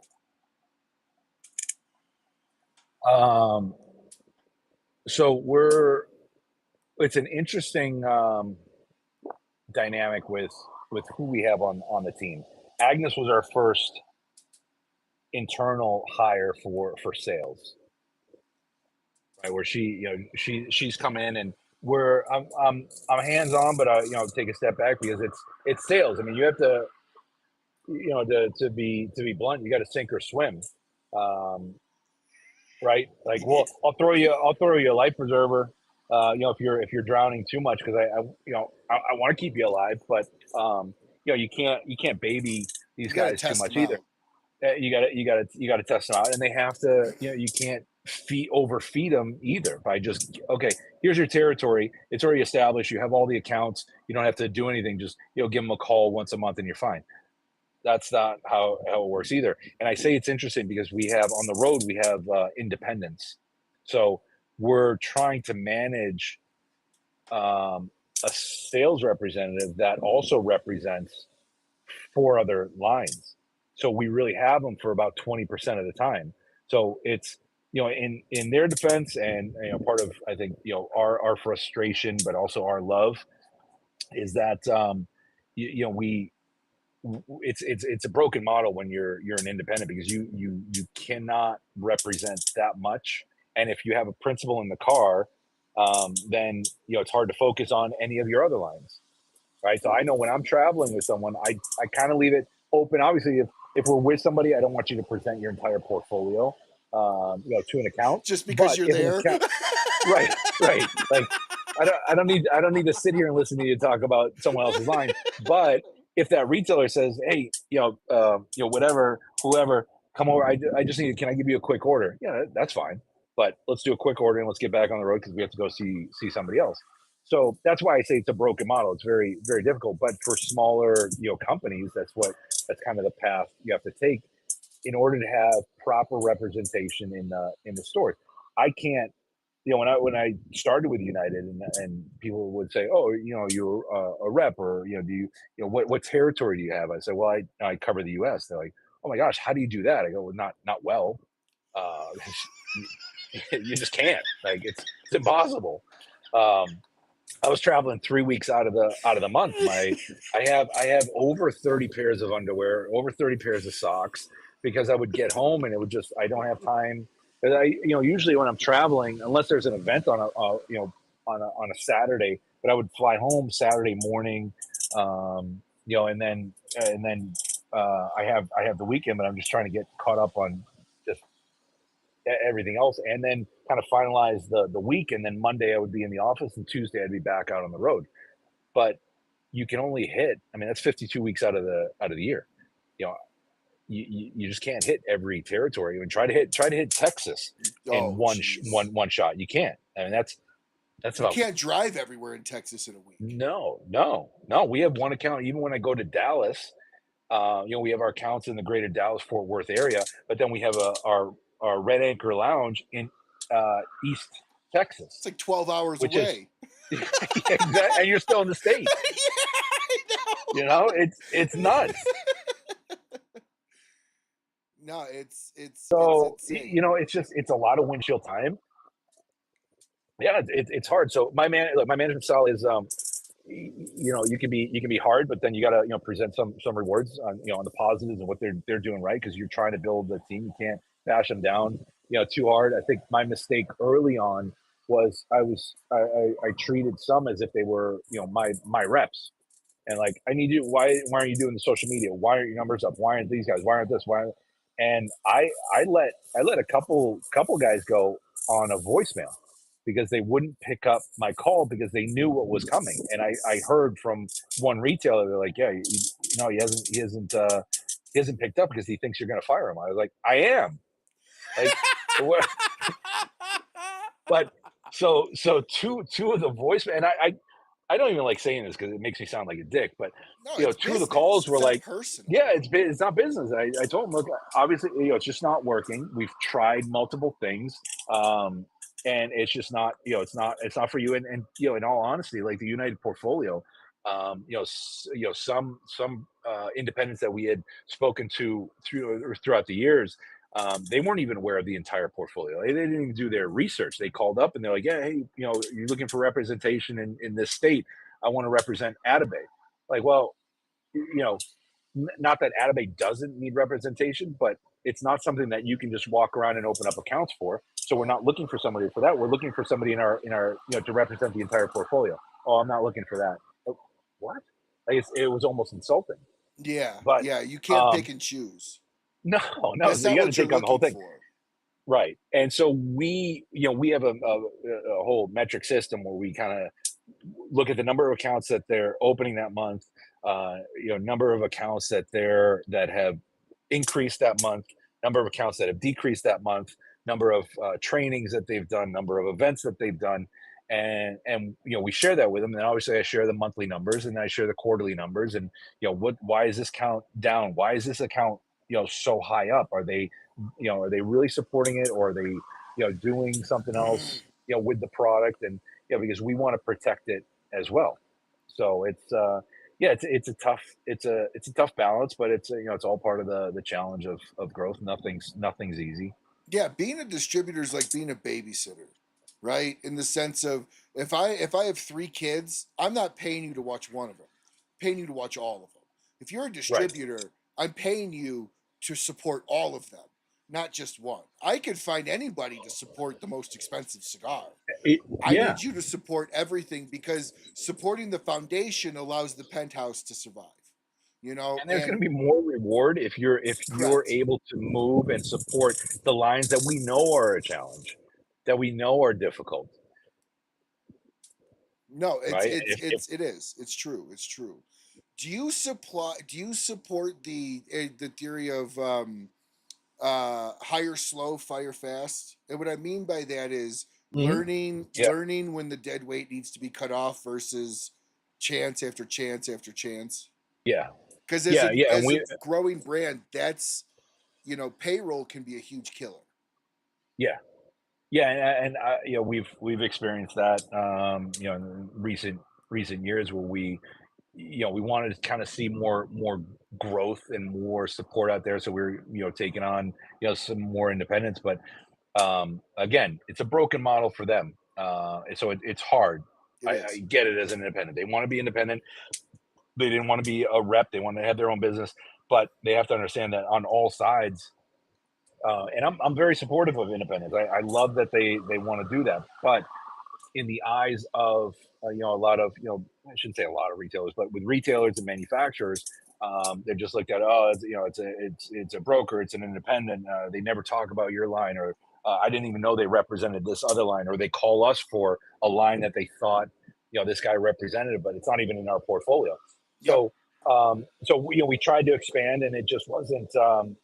The concentration wasn't there. So we brought him on, and we had to let him go. But that period, what I see for an independent, it was like a 6-month mark where Sure. we hired them, we liked them, we got feedback from retailers and from other manufacturers that these were good people, but for whatever reason they weren't a good fit for us, we weren't a good fit for them, and we just had to part ways because it's not going to benefit either side to continue on. So And here we go, folks. We come back to my theory of 2 quarters of success or 2 quarters of no success will determine if you will be successful with the brand. that's It's right, you did say that. very, very, very That's very truthful. Yeah, And a lot of that is the first 90 days is education. The second 90 days is the real sales. The second yeah, 90 days in the reorder is most likely what that's going to be, in my opinion. yeah. With 25 years in the industry in sales in general. Um, so, how many in-house do you have now? For sales, Correct. it's myself when I'm not when I'm not traveling on the road. I guess in house, I'm just thinking on the phone, and then Agnes, and then we have at our warehouse, our corporate office. We have 3 in the warehouse, 4, I guess 5 that can answer calls when they come in, but they're not doing any outbound calls, but they're facilitating the orders and inventory and everything else. So, but really, it's just the 2 of us, Agnes and myself, that are making making the calls. What's Agnes's territory? She is right now on the. She has a little bit of the West Coast. She's got California, Arizona, Nevada, and then the Midwest. Um, yeah, greater Midwest. So, I've been told by other manufacturers that their typical rule of thumb is about a half a million in sales in a certain territory to even bring on an additional in-house sales guy. Would you agree with Just that? And meaning, like, so if these 4 states are producing, right. say Agnes blows half the country out of the water, now she can't sell half the country anymore Right. because it's just too busy. So then you would break apart the chunks, and would I've been told that you typically want to break them apart in about $500,000 increments to be able to support somebody making 60 to 80,000 a year. Would you agree with that? Yeah, 60. We have it at about. It's got to be about $1 million territory. Okay, so I you guess. I guys guess. up that. Yeah, I guess it depends on. It would depend on the company because if obviously it depends on the company, but as far as their size, right? Like and what they can afford to bring in. For us, we put it at about, well, it's got to be $1 million territory, and and really mostly in United, um, because in selected that can happen quickly, but that's not what Correct. we're looking for. So Yes. yeah, look, if you're bringing on a direct and an in-house, and you're looking at 60, 75, depending on the territory, right? The expense of that person is almost Double. double, For sure. right? Yeah. Right. So especially now, like I'm when I'm booking stuff, I'm like, wait, Hampton Inn, because I tried to stay with Hilton, right? Hilton properties. Hamptons, I used to be able to get like 78, 90, maybe 110. There was a Hampton the other day at 200. So traveling, hotels are expensive, rental cars are expensive. So that's what I mean. Like the guys on the road, it's tough, for them because they're paying for all of their expenses. So bringing an Mm, in-house guy, now you got to roll that in. So yeah, it's about double. okay. Okay. And obviously you're going anywhere quick as far as leaving United. I I, don't think that's as far as me remotely leaving, in your right? history. Yes. As far as No, you I leaving. burned too many bridges. So my dad always told me never burn a bridge. You never might No, never might know when you got to cross it again. right, right. So over the next 5 to 10 years, do you see United bringing on a full in-house, territorially driven sales team where you'll have X up to X over to the Mississippi and then here to here and then California over? Does that make sense? Yes, yeah.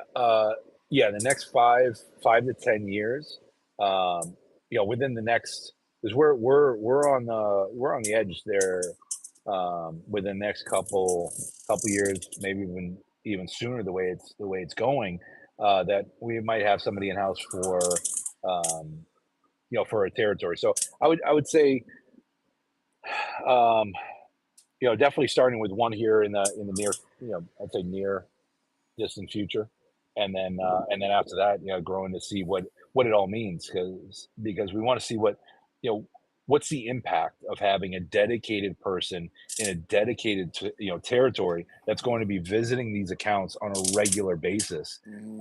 You should be seeing your accounts once a month, right? I mean, depending on the territory, they can be big, but yeah, once a month you should be walking into the stores, helping them out, figuring something out. So to have a dedicated person, that could mean a big difference. So we're at the point now where we've looked at it in the past, and we had somebody, we brought somebody on for the New England territory, but they ended up, they have a different career direction, and I think the road, it wasn't what they expected. It was it was hard, and they had a different career path, which we knew was going to happen, but just later down the road. But an opportunity came up, sooner. So that that didn't work out. But no, there are a few other territories that we had already looked, and almost made made one offer, and in the near future, we're going to have some better growth for sure. Do you see yourself as poaching or hiring outside the industry? The part two to that question is, I've heard, as somebody that's trained up people before in similar industries, and somebody that's trained up people that's never had experience. My opinion on it is there's benefits both ways. Um, Sometimes you have to break old habits of older salespeople from previous jobs. I've done that's not paying your paycheck anymore. This guy is like, Right. do it this Right. way. And then there's the guys that just absorb it all because they're so new to it. What would you rather have as an employee? As somebody that had experience, when I was out of the cigar industry for a couple years, when I moved back. Massachusetts wasn't overly friendly, and I didn't want to go to the retail side, and I didn't want to just be a rep. Again, not just be a rep, but that wasn't where I wanted it to be. Um, I was in life insurance, because when I saw what that could mean, um, it was 100% commission, Mm-hmm. zero pay. That's where I learned how to grind. Same here. Two two Door two to young door. kids, two young kids, calls. Like, there was like non leaving the house at 6:30 in the morning to get to the office, which was an hour away to start making those calls. But I did that because I saw an opportunity where it was, okay. Well, look, this is residual income. It's building a team. They wanted an office on the South Shore. They liked who I was, and what I could offer, and I liked the opportunity. I built it to about um, 11 agents, and then they weren't opening up on the South Shore. They couldn't find an office that they liked, and I think it was just, I I think they just weren't going to do it anyway. But I say that because I knew what it meant to just grind. Like, if you're not building, even like we talked about earlier, the yo-yo. If you're just living on that, okay, I just had a big sale, I can rest. No, that's where everything is going to crumble. Not only that big sale and that big account, but all the little accounts. So if you're sitting back, and if you're coming from a company that maybe had an easier road, and you were just kind of taking orders, you weren't really, and I don't want to say forcing the sale, but if you weren't educating them, believing in the product, helping them expand within the portfolio, then you're going to come into a company that is smaller, doesn't have a budget of some of the larger companies, that isn't going to be able to really.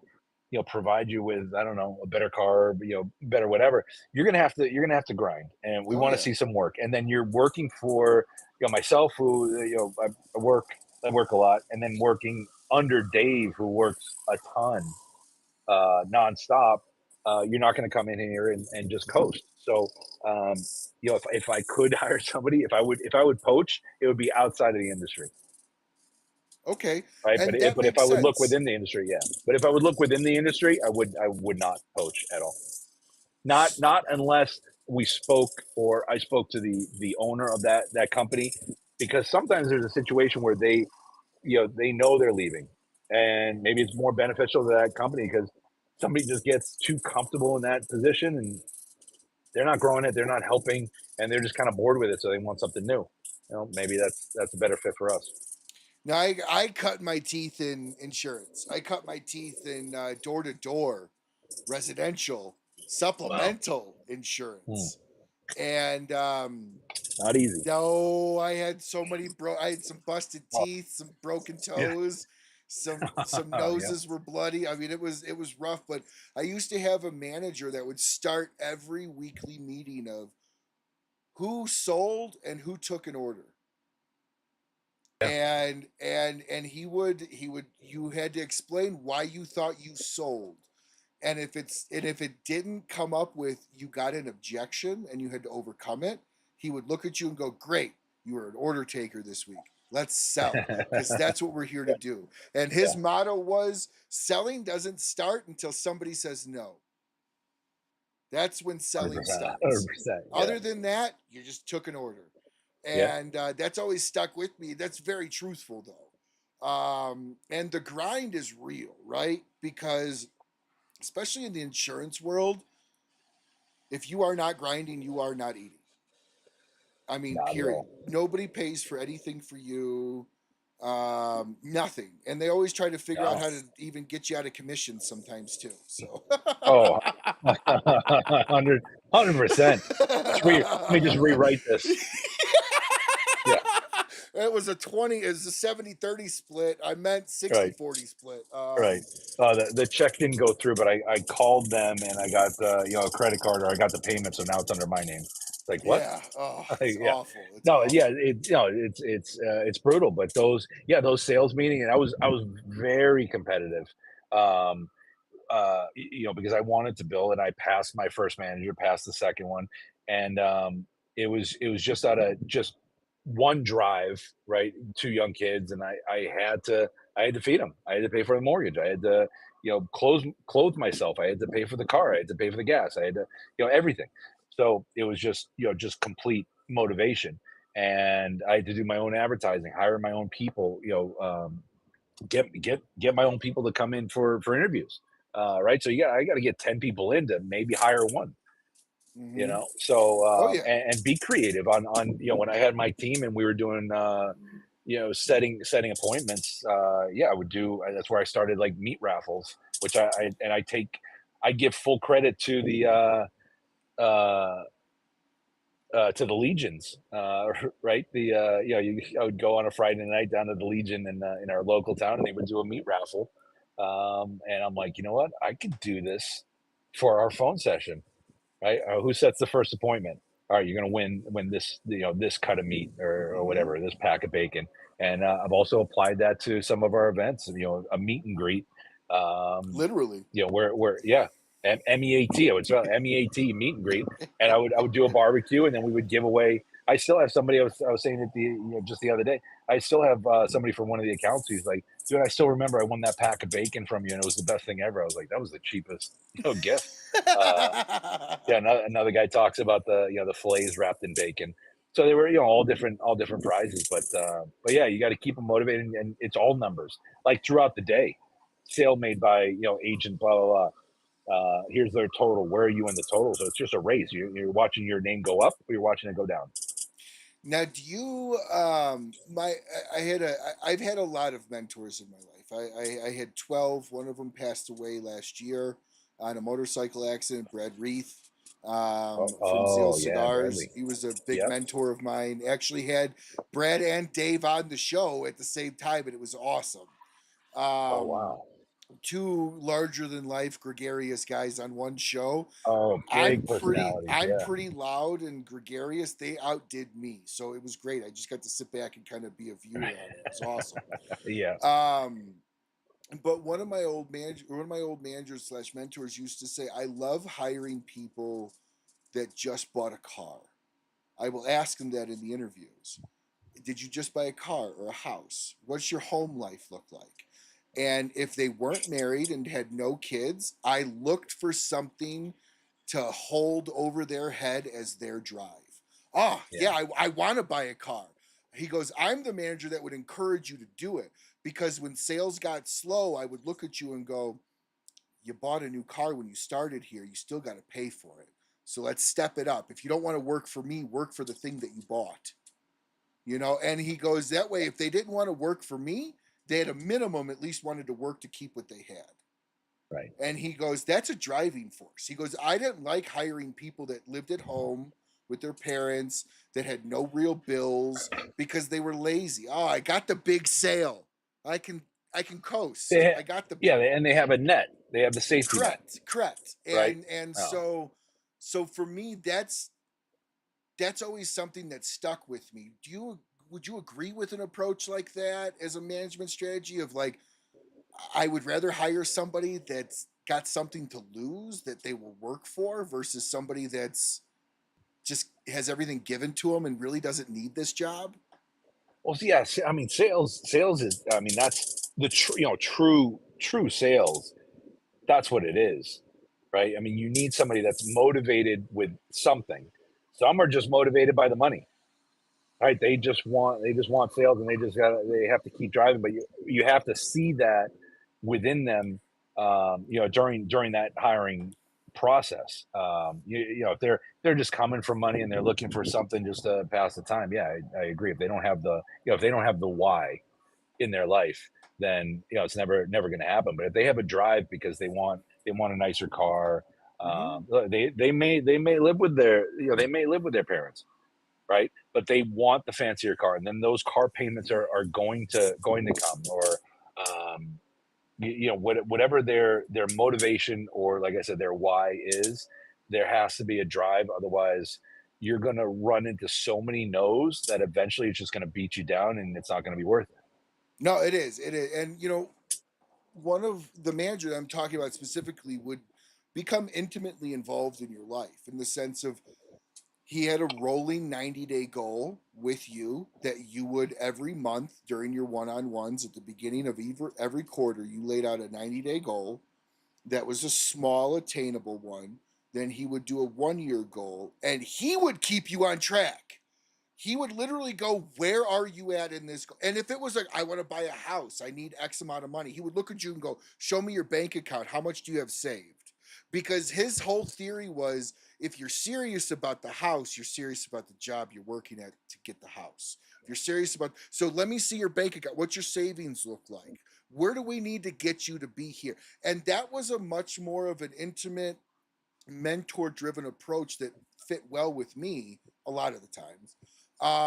But is that a pro is that something you would ever see yourself doing, as being so intimately involved where you are asking your internals, hey, I want your yearly goals, let's go over them together, let's outside of work, like let's like let me help you achieve you and you help me achieve united. Yeah, yeah. So we've done that. I guess with Agnes, right? We sat down, and we have the yearly goal for the territory, the growth of United, and then the growth for her, personally, and then also for myself, where the company's going, and then with the independence, it's I can't say that we get as intimate. We've been intimate just on the personal level, discussing where they want to be. Do they want, even being, maybe they want to be direct with United, or what their goal is to, for their next purchase. But no, I haven't gone that, I can't say that deep with them. But with anybody in house, I mean, that's the direction you need to go, because you need to figure out it, because it is very personal. because it's so emotional, Mm-hmm. right? The sales side, Oh yeah. that you have to tap into it, and that's your only support system, because people outside of it don't understand it. No, no, they don't. They don't. And in fact, one of my, and then with this question, I'll ask you the lightning rounds. We'll close the show. But when I've told this story on the show a lot, one of my really close still mentors in my life that I avoid phone calls from quite a bit because I know I don't want to hear what he's got to say, even though I need to hear it sometimes. But I Yeah, remember going door to door for like a week. I would call him and go, F this, screw this, I quit, I'm done, I'm done. So finally I called him. It was like on a Thursday or something, or a Friday. And I said, I'm done. Done. I've got 2 weeks. I've got no sales. You lied to me. You told me it was going to be left and right. He goes, okay, cool. I'll see you on Monday and we can start doing it my way.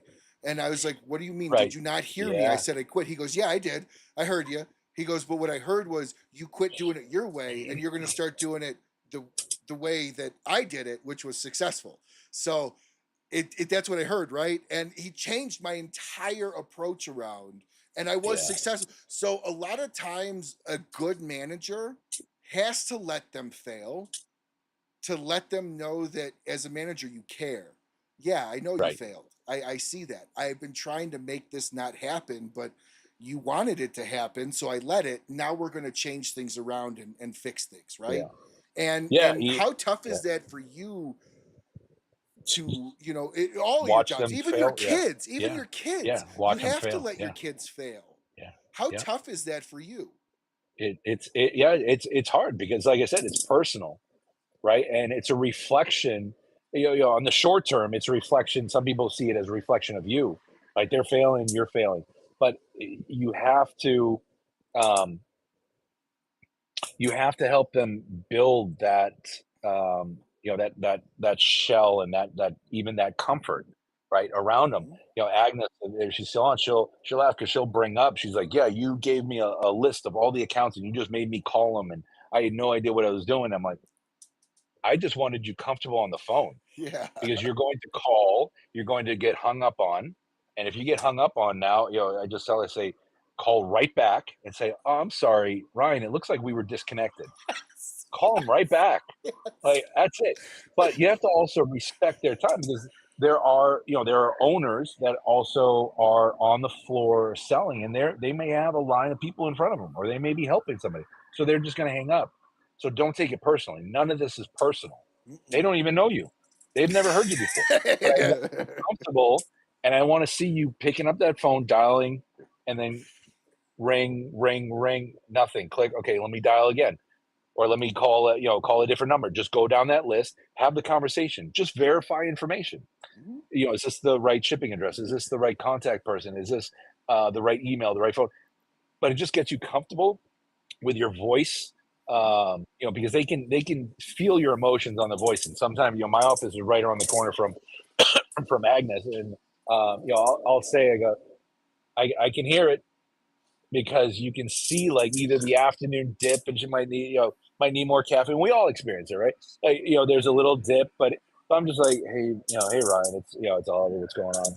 It's just like, well, now you're making them feel more concerned about your feelings, what's going on with you, and then they don't want to be on the phone because it's boring. And so, but I'm still a soft sale, where I'm calling, I'm just checking in, and then, how's the inventory doing, or what do you need, how can I help, or let's do an event, let's do whatever it is, but let's figure things out. But yeah, that first, it was a few weeks, maybe even a month, for her to get through all of the accounts. But I just want that touch. I just want you comfortable on the phone. I just want you to have a strong voice, to these people, and then get your name out. Yeah, and that dialing for dollars, man. You got to Yeah, start there. You dial, you learn, and you fail. You get hung up on. I used to do that all the time. I'm so sorry. I think my phone hung up on you on accident. I got a big head and yeah, hit the thing. Did you mean to hang up, or can we go ahead and continue? yeah, It's off. Or my favorite was when I would be in somebody's house and the phone would ring. I'm like, that's my mom. Just tell her I'll be home for dinner at a certain point in time. It's okay. Go yeah, ahead. yeah, Or that's my yeah, wife. Don't worry about it. She's just checking up on me. We can stay here and talk. yeah, yeah. Once they left the table, it's hard to get them back. But anyways, I digress. So here in closing for the lightning rounds of the show here, you can answer these any way you want. Just throwing them out there. What is your favorite rapper? Now, I've had people give me favorite rapper and musician, favorite rapper cigar, or both. I will let you decide what you would like to say. But what is your favorite rapper? I was just gonna say Beastie Boys. Can they be considered rappers? Yes, Like that's in that yes, genre, right? yes. Beastie Boys, hands down. Like that's that's my go-to. Rapper. I can't say that I have a favorite rapper. The easiest one is just Ecuadorian is just easy to work with. And it's it's on a lot of the cigars, but there's so much more involved in the cigar than just the wrapper. Because I've had some brilliant cigars with Mexican San Andres, and then I've had some bad cigars with Mexican San Andres. Correct, correct. So it's not just the wrapper, but I'd have to say the most beautiful wrapper is what Nelson Alfonso just picks the top grade. He's paying over $100 per pound of wrapper. It is so thin, so delicate on like the Atabey, but the flavors are so pronounced and so just in your face, and you can taste it when you're smoking like the Spiritus, the Lancero. It's just it's unbelievable. Atabey is Beautiful. on my list of brands to try. They're not out here in Colorado. I haven't seen them out here at least. It's on my list of ones to reach out to and be able to try because I've heard amazing things about it. What is your favorite cut? Or favorite way to cut your cigar? I know you had mentioned with your knife. I was gonna say, yeah, I like a prime rib. I like That's I a like first. ribeye. That's a first. My favorite, right? My favorite cut is a straight cut. Okay. And that's why I've been using, I think ever since Zycar really came out, and Geez, we I were thought you really were about close to cut with. to face. I thought you were almost about to cut you put your knife up. I was like, dude, that's close. Right. Yeah, I started using a knife a long time ago. It's just it's classy. It just kind of feels nostalgic, and it slows things down, right? And I try to I typically I'd like to use a soft flame when I can, but now it seems like there's so much AC. There's a fan that you're smoking outside. There's wind, so it's become a challenge. But it's madness, like how lighters have gone from soft flame to the torch to the double torch, triple torch. Um, there was a table lighter in Dominican. Yeah, yeah, yeah, nuts. So I to answer the question, I'm a straight cut is my go-to. What's your go-to pairing? Go-to pairing, tequila, Okay. and more specifically Casa Noble, because Okay. we've partnered with them to offer a different experience for retailers and consumers. So we've partnered with them. As I said, we created a tray where it has all four expressions of their tequila. It has a slot for the glasses, and then it has an ashtray on it for the cigar that we're showcasing at the event.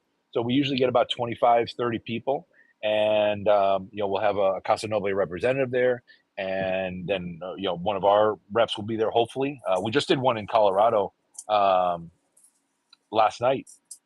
We didn't have any United representation, Oh, okay. but Casa Noble was there. So it just so happened that I was a fan of Casa Noble. I've been a fan of tequila. Obviously I had my bad experiences and I couldn't drink tequila, but in 2007, we opened up, the company I was working with opened up tacos and tequila in Las Vegas. So I started to kind of be reintroduced to some amazing tequilas, and I'm like, wait a second, this is phenomenal. And so ever since then, I've just been drinking more tequilas. So then fast forward, I was just a fan of Casa Noble tequila. I met the national brand ambassador for Casa Noble at Big's Mansion in Chicago. Yep. And she was a fan of Atabey, and we just kind of hit it off and decided that they wanted to be in the cigar market.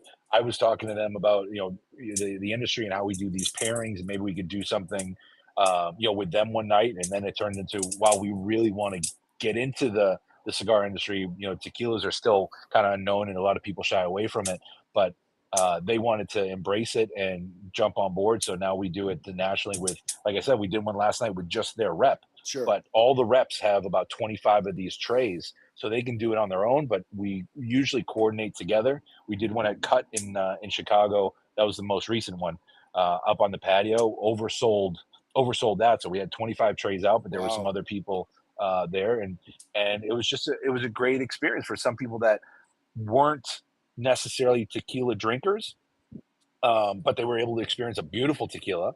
And then for us that maybe they hadn't tried the Red Anchor yet, and we paired it with Red Anchor, and it was just a great, it's like a 1 hour session, and then everybody stays afterwards. And but it's that's one of the event experiences that we provide through United. So my pairing is tequila. Okay. And real quick, what's the best pairing cigar from United for that?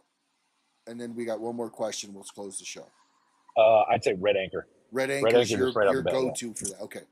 Go-to for that, yeah. Last question of the night. I stole this from James Lipton. I always give him credit because I never want to think anybody. I took this inside the actor's studio. I love the introspectiveness of a question like this, and there's no wrong answer. It could be anything you want.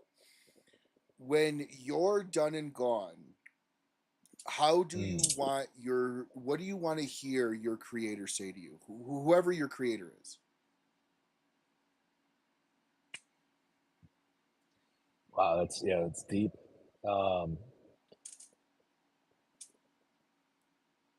You did good. Short, sweet. I love it. You did good. You did good. Just knowing that I understand, because I don't even like to talk about things. Everybody does nice things, but I try to instill that in my kids. And one thing that we've been doing ever since they were really young is we would go out to eat, and I would say pick a table, because we're going to pay for it. Don't pick a large party. Pick a table, and then I want to know why. So, for instance, like my daughter picked this mother and what we assumed was a mother and daughter, could have been an aunt and niece, but older lady and a younger girl.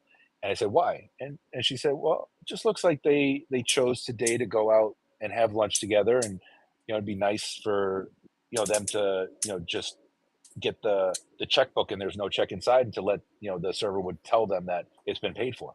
We don't want any credit. We leave before it even happens, that they get the check. So to show that we're doing well.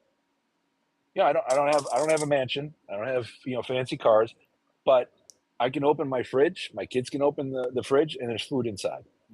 In the wintertime, the house is warm. I can get to and from work. And it's not that these people that we buy the meal for are, I don't know if they're struggling, but maybe they had a bad day. Maybe they're having a great day. And this just elevates it even more. Right. So it's just just kind of pass on something nice. I got that more from the Pay It Forward movie. Yeah. And I just, I get so much more joy and satisfaction out of seeing other people happy, that it's kind of, I need to learn how to be more selfish. We can all be selfish, but I've been told, they're like, you gotta stop being so nice, or you gotta stop doing this or that. Like, it means so much to me to see that, or to know, or to even kind of create the story in my head. Like, yeah, what happened when the check went there? I got busted once, and it was by a couple cops. They just knew. But we were at a baseball tournament with my son, and we paid for their meal. And I told the server, do not tell them. I go, don't present it to them. We're about to leave. Don't present it until we're leaving. Well, she presents it, and she's like, oh yeah, those guys. So I think she was just nervous. They're like, who did that? She's like, oh, they did. Right? Like, what are you doing? I told you not to say anything. So those, they came over and they said thank you. And but it just it's a feel good. So yeah, when I meet my maker, I just want him to just kind of give that little nod. You did good. I love that you make your kids tell you why. That's a humbling thing, and for people that don't understand, being able to explain why forces that thought process to take place. So instead of randomly, but like look at the table, look at the scenario. Maybe they're like this, maybe they're just their tattered shirt, maybe give the why versus just the choice. That that also allows your kids to humble themselves and take inventory of their own life in a sense, because why do I care to help this person? Well, Yeah. I've been helped, and so I absolutely love that. I love that. Well, It go ahead. it's also a little creativity because they can Yeah, it create the is. story, like, as they're looking at people, Yeah. like, they're creating the story in their head, and it might be 2 people or 3 people, celebrating, like, they're having too much fun, but you know what? I just wanna make it go over the top. Like, they're celebrating something, maybe I wanna add to it. So it's Yeah. not just, again, feeling bad for somebody or thinking like they need help. No, it's just, you know what? Do something good, move on with your day, and know that at the very least, it made them feel good for an hour. Hopefully, it was a day, the week. Maybe they did it to someone else. Absolutely. Well, Yeah. Oliver, thank you so much for coming on. You always have a home here at the Rocky Mountain Cigar Show. Thank you, Anytime sir. you want to come back, I hope this was fun for you. I know you do a lot of interviews. I tried to give you something a little bit different. I think. Yeah. I think than most You gave me interviews. good notice. Good notice. We planned. I'm sorry about the bug zapper, but now you gave me an idea, and it Hey, seems like the crowd likes it. So it might be look for your next United event with a United branded bug zapper. and maybe the name of the next firecracker cigar, the Bug Zapper. The bug zapper. If you do that, you got to come here and launch it on the Yeah. show. There, If you there do we that, we go. got to All right. release. So we'll stick around real quick for the end here, Ollie. But thank you to everybody that watched. Hopefully, you all had a great time, learned a lot about United, learned a lot about Oliver as an individual, as a person, as a boss. I loved what I heard. Oliver, this was a great interview. Thank you for being an open book in so many Thank you. ways. Yeah. And really appreciate you coming on. Until we see you all again, smoke what you like. Smoke as much fucking United as you can. And have a great, great rest of your week.